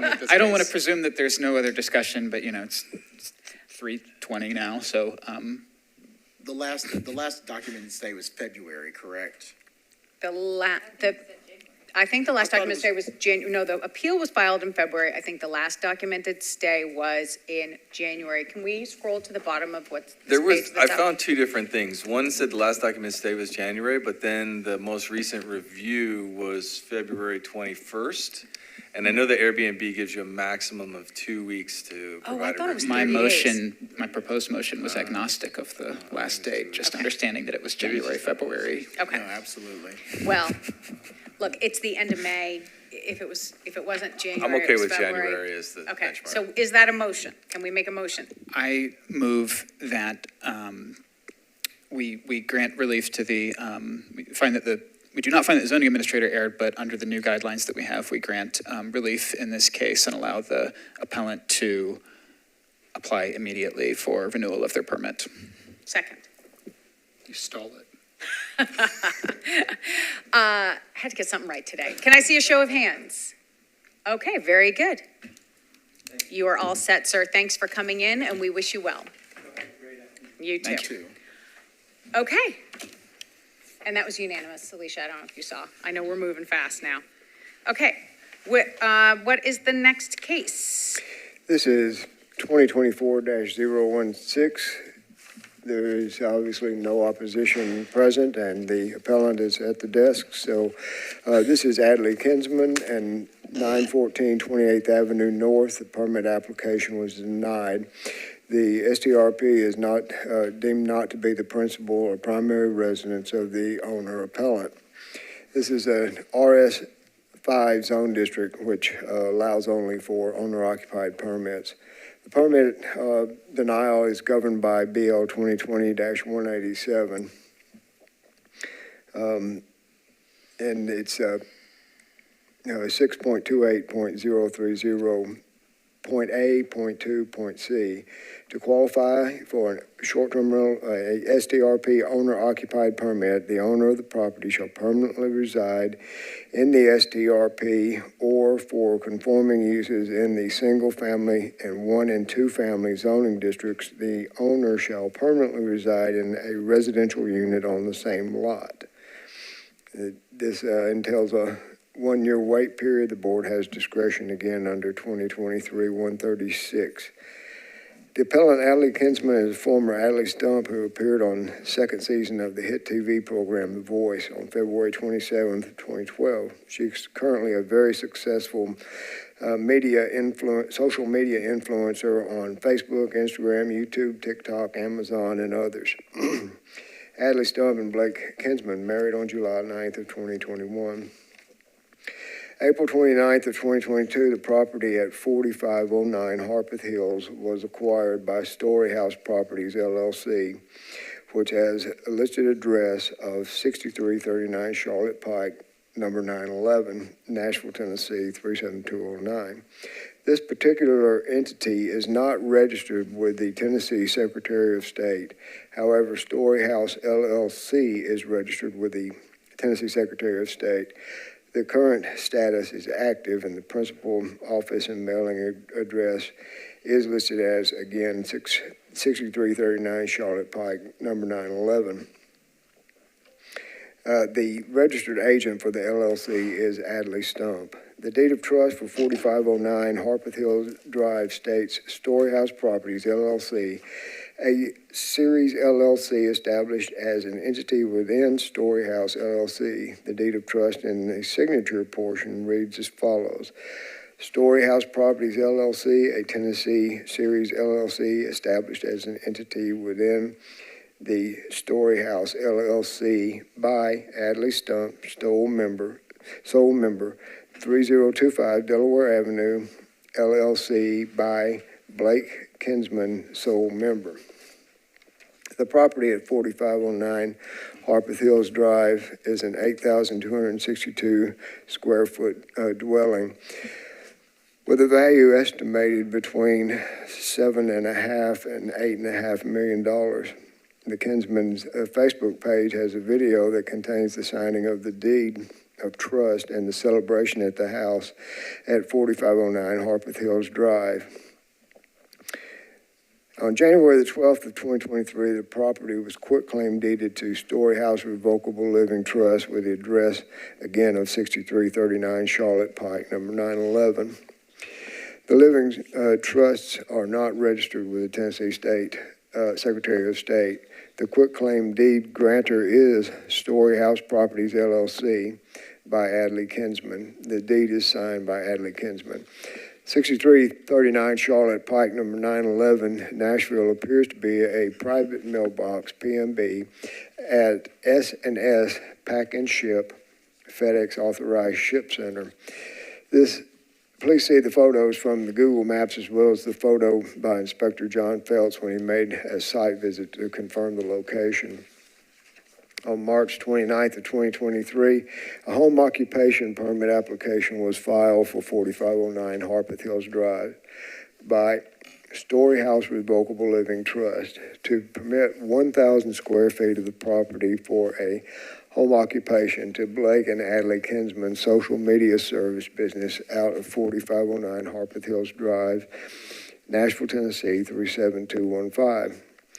To comply with Metro Code 17.16.250D throughout the permit use. The permit affidavit, which states, and I quote, "The subject property is my permanent residence," is signed by Adley Kinsman. The site plan review is rejected, and the application expired. Recent Instagram photos show the closet space at 4509 Harpeth Hills Drive filled with clothing, side-by-side Instagram photos, and photos from Zillow website page for 4509 Harpeth Hills Drive show that the spaces are occupied as if it is the primary residence of the appellant. On October the 20th of 2023, Adley Kinsman acquired the property in question today, 914 28th Avenue North, Nashville, Tennessee 37208. The property which is under appeal. The property is a 2,585 square foot dwelling valued at between $682,000 and $811,000. February 13th of 2024, an owner-occupied short-term rental permit application was submitted. In the application package is the owner-occupied STRP affidavit, which Ms. Kinsman attests that 914 28th Avenue North is her permanent residence.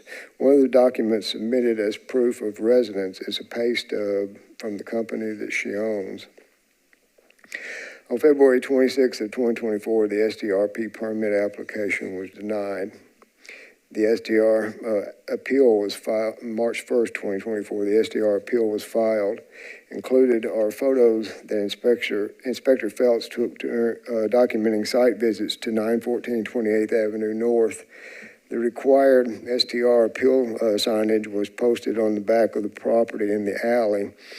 And on April the 17th of 2024, there was a van with a Florida license plate parked at the property. Mr. Blake Kinsman's Tennessee driver's license is registered at 4509 Harpeth Hills Drive, and Mr. Kinsman's voter registration has the address of 4509 Harpeth Hills Drive, current as of April 15th of 2025. Pictured next are the areas associated with each of the properties.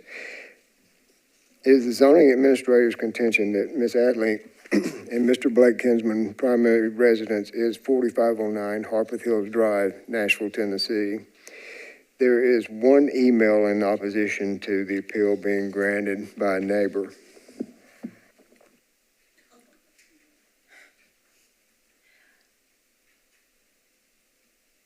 Could you point me to the page in the packet of the opposition email? I've been scrolling back and forth and I cannot find it.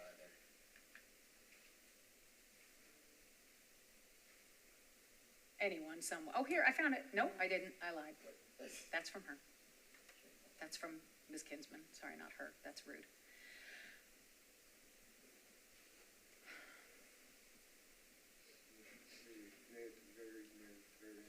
Very end, okay.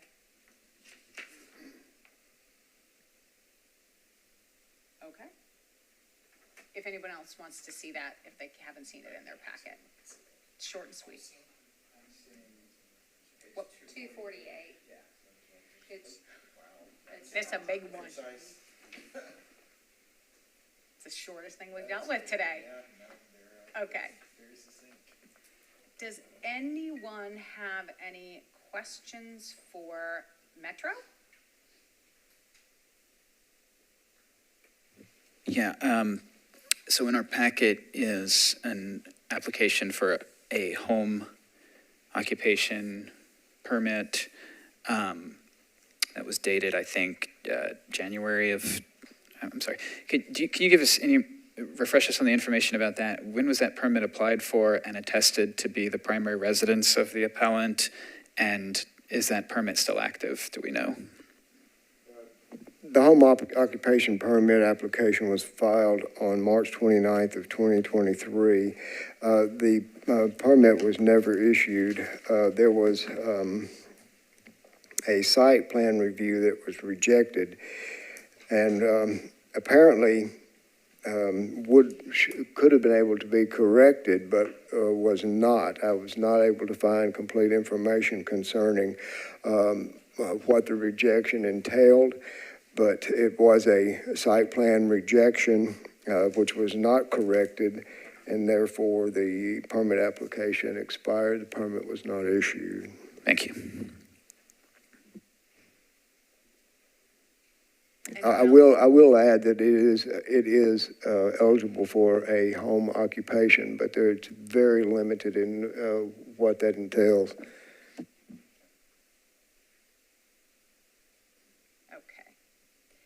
Anyone else have any questions before we hear from the appellant? No. Hi, folks. Thanks for coming. Good afternoon. Given what we've been through, I'll try not to complicate this. My name is Grover Collins. Our office is over on 4101 Charlotte Avenue, Suite F186, Nashville, Tennessee, 37201. And just to be clear, 5 minutes, correct? Yes, sir. I'll try not to take that much. I do want to address, and please stop me, feel free to stop me at any time. I think this really comes down to what is required to make an application, have those requirements been met, and then the hunch that Metro has that just because Ms. Kinsman, who's available to answer any questions that you may have, just because Ms. Kinsman has the ability to have a very nice house, otherwise, can she not then also live at 914 28th Avenue North? The point is, she's attesting that she lives at 914 28th Avenue North. She's sworn to that. She's made application. She's given all the required proof. They have put the house in the trust because of, and this is the real what's going on here, right? For y'all to understand what's going on here. As I didn't expect that to be part of the presentation, but Ms. Kinsman is very successful on social media, across all of her platforms. It's well over 35 million followers. It is a very public lifestyle. As part of that, it is her and her husband doing pranks on each other and several other things. And the presentation is we're at that house, which is the larger house. People come over, they stage clips, videos, all those kind of things. It's as much a studio as it is anything else, as a movie studio or content studio, whatever you want to call it. The point is, a situation like that, comings and goings, you don't really have that much privacy. What they wanted was privacy. That's why they bought the second house. It may not make sense to Metro, but that's not what we're here for.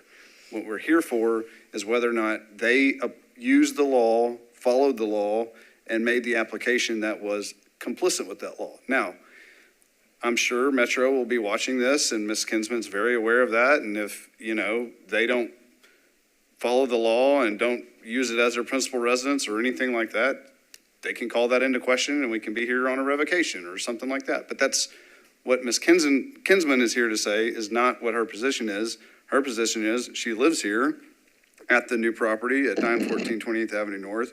She will continue to live there. That is her domicile. Does she have more than one residence? Yes. But where she has a present intention to stay and return, which is her domicile and what the law requires, is the subject property of 914 28th Avenue North. And there's simply no reason, in our opinion, respectfully, that the zoning administrator should deny. That's nuts and bolts of it. I have put the case law and the law as it applies in the packet that was provided to you in the binders, and I'm happy to answer any questions, but I'm not going to belabor the point. It's a relatively simpler argument. Mr. Collins, I do have a question. Yes, sir. The one, I noticed that, and thank you for providing the code language that's applicable here. I noticed that the code does require 2 pieces of proof. Yes, sir. That there's residents at the location identified. I only saw though a copy of a pay stub to Ms. Kinsman from Story House. I didn't see anything else. And I'm curious, since we do have a copy of Mr. Kinsman's voter registration card, do we have Ms. Kinsman's voter registration card? We do have that. I thought I had provided that in the property, but in the packet, but she has, and we're happy to supplement with that, but she is registered her vehicle at 914 28th Avenue North and her driver's license. Okay.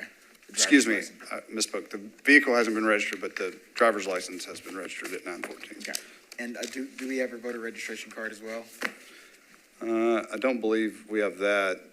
When I got my driver's license, I think I checked the box. Oh, yeah, when she said when she, Changed my driver. yeah, when she changed her driver's license, she checked the box for the voter registration as well, but I don't know if the actual little blue card has come through or not yet. Got it.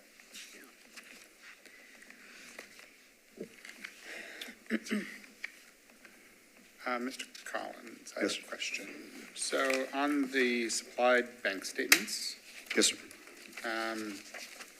you have the first page has the address of 914 28th Avenue North, and page 2 has a different address, has the 6339 Charlotte Pike, and all the other ones have the same address. Yeah, I noticed that as well. And then on the last page, it has, on page 6, it also has Yep. 914. I don't know exactly what that is. I do know that, 6339 is just a public PO mailing box. and what Ms. Kinsman is saying, and again, I can put her on the hot mic if you need to, but the 6339 is the PO box, and that's the registered agent, I believe, for the Story House LLC. That's just the box. I can't speak to Oakworth's when they print it out. It's been represented to me, and I'll represent to you all that these are direct printouts, so I don't know what happens there. It's the registered mailing address for, hi. Hi. It's the registered mailing address for our company is the 6339. We just keep everything going there, so it's not at any residence. Got it. Okay, then why would the first page, which would typically be what is folded and then sent in an envelope, be your 28th Avenue North address? You're asking why there's a difference in the addresses, right? Yeah, I get it, that you have 2 different addresses, or one address is Oakworth, however this is broken out, but, when I typically get a bank statement, it's folded in an envelope and it has one address on it. Sure. Yeah, I can't speak to, Just seems a little strange, that's all, I'm just kind of trying to get an understanding. yeah, I understand that, and I can't speak to exactly why that is, but I know we downloaded it from the bank and printed it, and this is what came out, so. Thank you. Any other questions?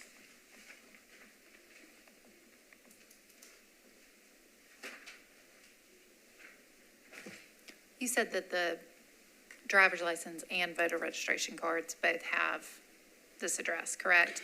Ms. Kinsman has updated her driver's license, and she checked the box for the voter registration. I haven't seen the voter registration, so I can't directly speak to that. I just know that she has done that.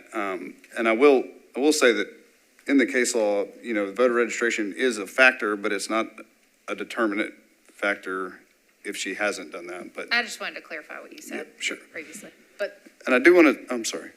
to clarify, that wasn't done until after the application was rejected? Or was that done before the application was rejected? It was done after. Done after, okay. But I will also clarify that on the timeline, and I'm sorry, Mr. Bond, did you? No, please go ahead. And I will clarify on the timeline, all of the, including the home occupation permit in March of '29, that would have been prior to her purchasing this property. And things change over periods of months. That was, Sure. They purchased this property in October, and then they began to live there since October of '23. So, getting all those things updated as well. And they do have the luxury of having the other house that they work at. So when mail gets delivered there, it's not odd. If we have the driver's license on hand, it would be helpful to see it. I've got the copy from. Thank you. I should have talked about that, sorry.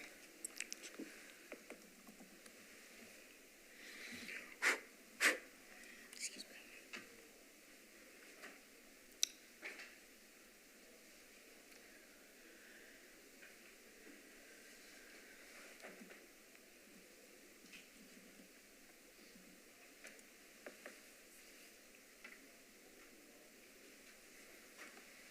And I've got a document that is from the Department of Safety and Homeland Security for Adlai Kinsman showing duplicate acceptance and interim license of the new address and voter registration. I don't know how you would like me to give that to you, but If you want to just walk it around and show it for anybody that wants to see it, I'd be happy to do that. Yeah, of course.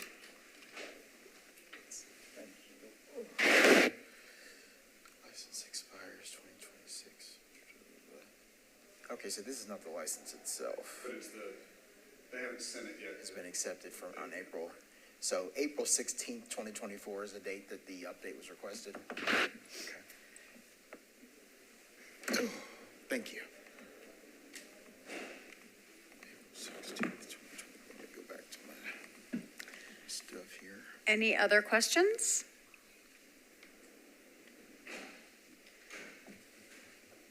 Oh, my brain is still crackling and popping over here. We'll wait for Terrence's brain to stop popping before we. We might be here a minute. It's been a long enough day. That is certainly the case. I will just state,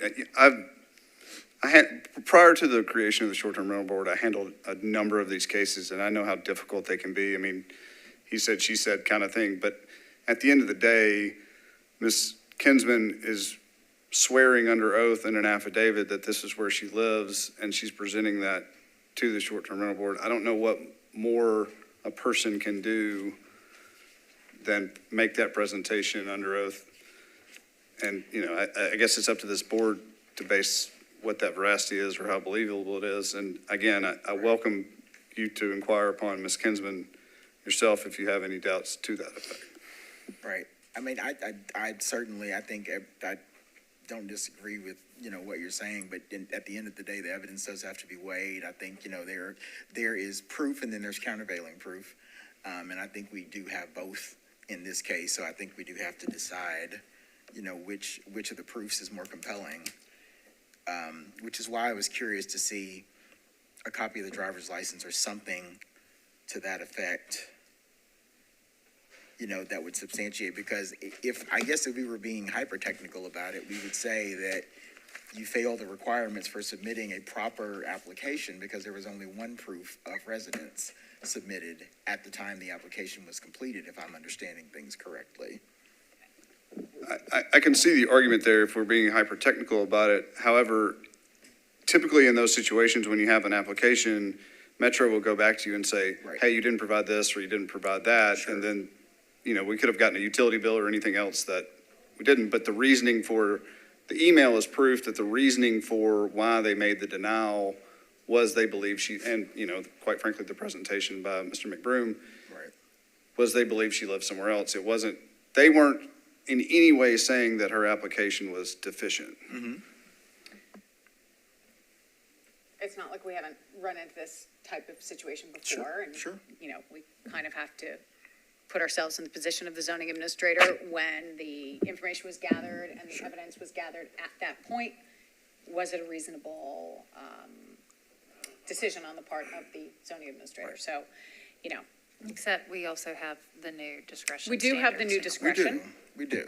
But that is kind of not, the matter at hand is whether or not, okay. Yeah, I don't see how the new discretion Yeah, the new helps. Discretion doesn't help. We're not That- reducing a There's no waiting discretion as to whether or period. not this Right. woman lives in that house or this house. Right. We don't get to, you know, the new allowance for discretion is for a waiting period or some other form of, you know, what the appellants usually view as punitive, and that's just not what we're dealing with here. But anyway, let's save this for our discussion. May I ask one more question? Please, Actually, I'm just that's what curious. we're here for. I do have actually one other question that just popped into my head. Ms. Kinsman, did you all arrange for movers for the 28th Avenue North home? Yeah, the house is still furnished, 4509. We have all new furniture. Okay, so the 28th, for the 914. moving into the house on 28th Avenue North, did you arrange for movers for that? No. No, you just moved it, We it. brought all new You furniture. just bought all new furniture? Yeah. Got it. I would state that Ms. Kinsman is very successful. Oh, yeah. We've No, seen no, it. yeah, no You doubt. don't need to sell us. No doubt. We're no all going to doubt. go home and follow her, No I doubt. assure you, No okay? doubt. But nonetheless, are we? I was just thinking that would be, that would be some pretty compelling evidence of, hey, this is where we are moving and intend to remain if you've got multiple deliveries coming to a house that looks like you're setting up residents there. Multiple deliveries. Right. Not moving from one house. Sorry, Right. there were multiple deliveries, but not moving Yeah, from one house yeah. to another. Got it. Any other questions? All right, we are going to close the public hearing. We are going to discuss this amongst ourselves. We will not hear anything more from either one of you unless and until we reopen the public hearing. So thank you for your time, and we appreciate, you've been very patient today on the weirdest day we've ever had here, so, thank you. Okay. We've had situations like this before. Yeah. I don't think we've ever had a situation where, you know, the competing property for my primary residence is like a $7 million house versus $700,000 house. I think that right there, if I were in the zoning administrator's shoes, I too would be quite suspicious that that was the primary residence and not this one. So I'm sympathetic to the position that the zoning administrator took right out of the gate. I also Just don't from a believe there practical were any standpoint. stays. Sorry? There were no stays, so, hypothetically, if it were denied, the appeal were denied today, she could apply again tomorrow. I think with that's. the proper documentation, is that I right? think that's what we've said in some other cases where it was maybe like they were planning to really get settled there, maybe they weren't yet. We Precisely. said, just come back when you're ready. Yeah. We're not imposing a year wait here. Right. That's kind if of we- what it looks like to me, is applying without all of the boxes checked. I mean, documentation being shifted after the appeal was made. I mean, the thing that I'm kind of struggling with here is, and I understand that things change, but, a year before, making an attestation to Metro in order to get a permit, that another property was your primary residence. I don't know that there's a specific amount of time I feel like needs to, but that feels close to the moment that we were at with the permit denial as well. And so I think I kind of like the folks from Florida a few meetings back. I feel like maybe there'll be, the case will make itself after a little bit more time, but Right. it does not, I don't see enough to overturn the zoning I administrator think that's here. where I'm stuck too. And that's why I wanted to see the driver's license. I wanted to see that date that it was requested, and doing that during the pendency of the appeal, it looks a certain way to me. So I think that's what, and also, that coupled with the statement although the permit did not go forward, the statement is not, there's nothing in the evidence that we have contradicting that statement necessarily. We do have, testimony that the intent is to occupy and remain at, but we do have a statement that was written in support of an application, that carried the weight of a material certification as to a fact that this is my residence and this is where I intend to remain. And then we have the date of the request being a month after you filed it, a month and 15 days after an appeal was filed. So that's where I'm stuck. So at first blush, when I first saw the home occupation permit, I agreed with you, and it set off some alarm bells in my head. But I'm not swayed by that. Okay. Solely because the timeline, that was filed before she bought this new house to live in. Mm-hmm. And so to me, even if it's not explicit in the record, I mean, if the thought process is, I'm buying this other house, I want it to be my refuge away from something that everybody sees publicly. Sure. The timeline for that and the fact that that permit essentially was, the home occupation permit was essentially kind of let go by the wayside. Mm-hmm. Those two together, to me, kind of take that out of the equation for considering. Yep. Personally. I think in this case, I think we can weigh the evidence differently and come down on different sides. I don't think that either of our positions is unreasonable. But do you think that the zoning administrator's position was unreasonable? Because that's our question. Yep. And I think it rises to, I think saying an error was committed rises above where we would land if we were just saying, hey, was this a reasonable decision? Yeah. I think, I personally don't. I think this does mirror somewhat of what we've seen in the past, and we did have some clarifying conversation with the zoning administrator about this a few meetings ago, where we did kind of revisit this issue. Like occasionally we do have an appellant who perhaps has the greatest intention of actually moving and actually making this their home, but they haven't done it yet, and we can tell from the documentation they haven't done it yet. Yeah. But there is no penalty for that person. You don't get penalized for applying and being denied. You get penalized for acting or advertising. Yeah. That's not the case here. And I think we were glad to get that clarification, because now we know it's kind of no harm, no foul, except for the trouble of coming and spending this entire day here. Right. But I'm leaning that the zoning administrator did not err in this case. And if this case comes back to us, maybe the circumstances will be different. But with what we've been presented and what the zoning administrator had to go on when the application was made, I don't think that there was an error made. Right. But since we're not talking about a waiting period, as Mike pointed out correctly, even if we were to uphold the zoning administrator's decision, an application could be made tomorrow. Absolutely. Yeah, But it just, have the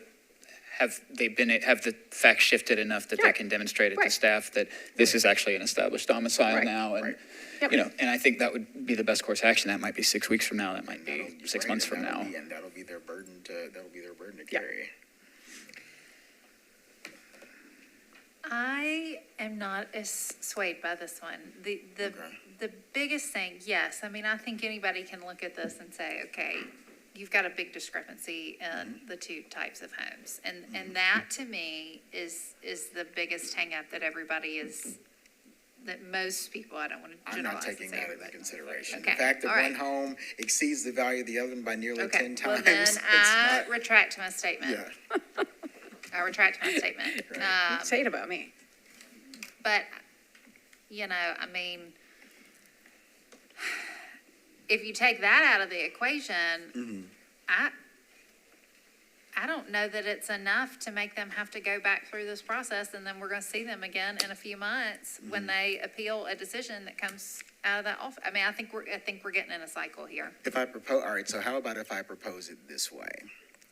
If the code requires that you submit 2 pieces of proof, and we can agree or disagree on whether the on whether Metro has to come and solicit additional proof from you if you didn't submit enough proof in the first instance. But if you submit only one piece of proof that you are a resident of a particular location, and there are two pieces of proof required, and they deny, saying that has not been proved, do you think that would be sufficient Well, cause? let's back up to the pieces of proof that are Okay. provided, right? Okay, Yes. so in your mind, what's the sole piece of proof they provided? The pay stub. The pay The stub. pay stub Okay. for a company that Ms. Kinsman owns herself. Right. Okay. We've got the pay stub. Yep. We've got a bank statement admittedly that has two different addresses on it that appears to be some type of technical glitch. I mean, look, I mean, that does appear to be a technical glitch. I don't think that that's a doctored pay or a doctored bank statement. Yes, the driver's license was changed during the pendency of the appeal. Right. And so that's not a slam dunk piece of information. Right. But I see it and looking at it as you've got one, your pay stub that is harder to argue with aside from your observation about ownership. But in my mind, you do have three pieces to consider here. Okay. And I think you can weigh the merits of each one, but I think there are three pieces that we're considering. But you're saying that The code does require the submission of those supporting documents for owner-occupied permits. The code also very clearly requires that you live at the property in order to get a valid owner-occupied short-term rental permit.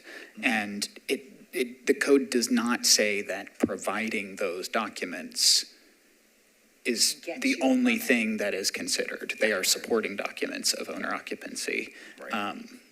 It's still required that you permanently reside in So other the home. than a, conflicting, she says I live here, they say she doesn't.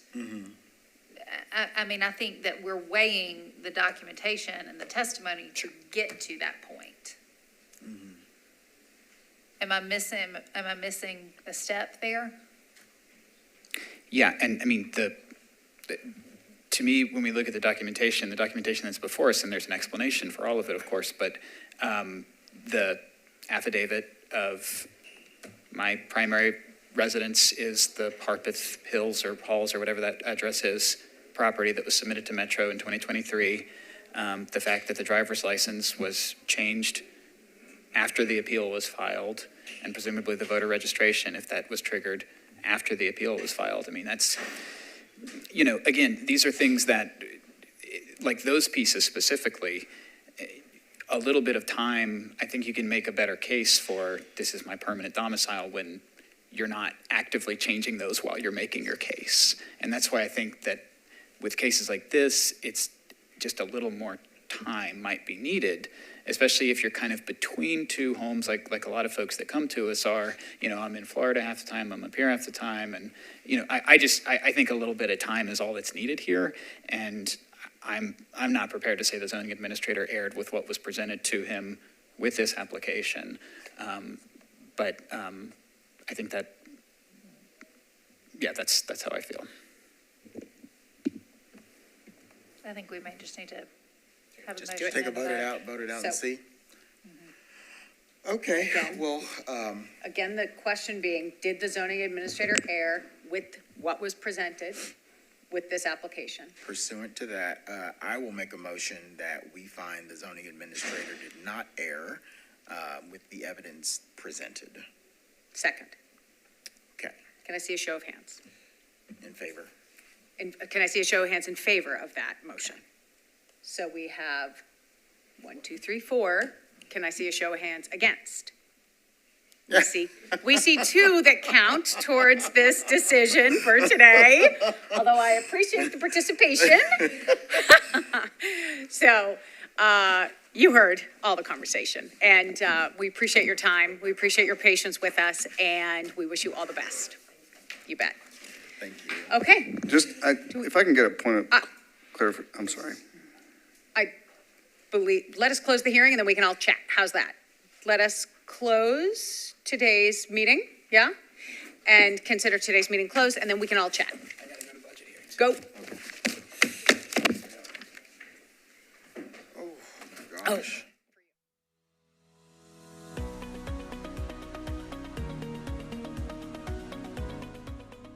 This has been a service of the Metro Nashville Network. If you would like to see this presentation again, or for more information on this and other programs, visit nashville.gov.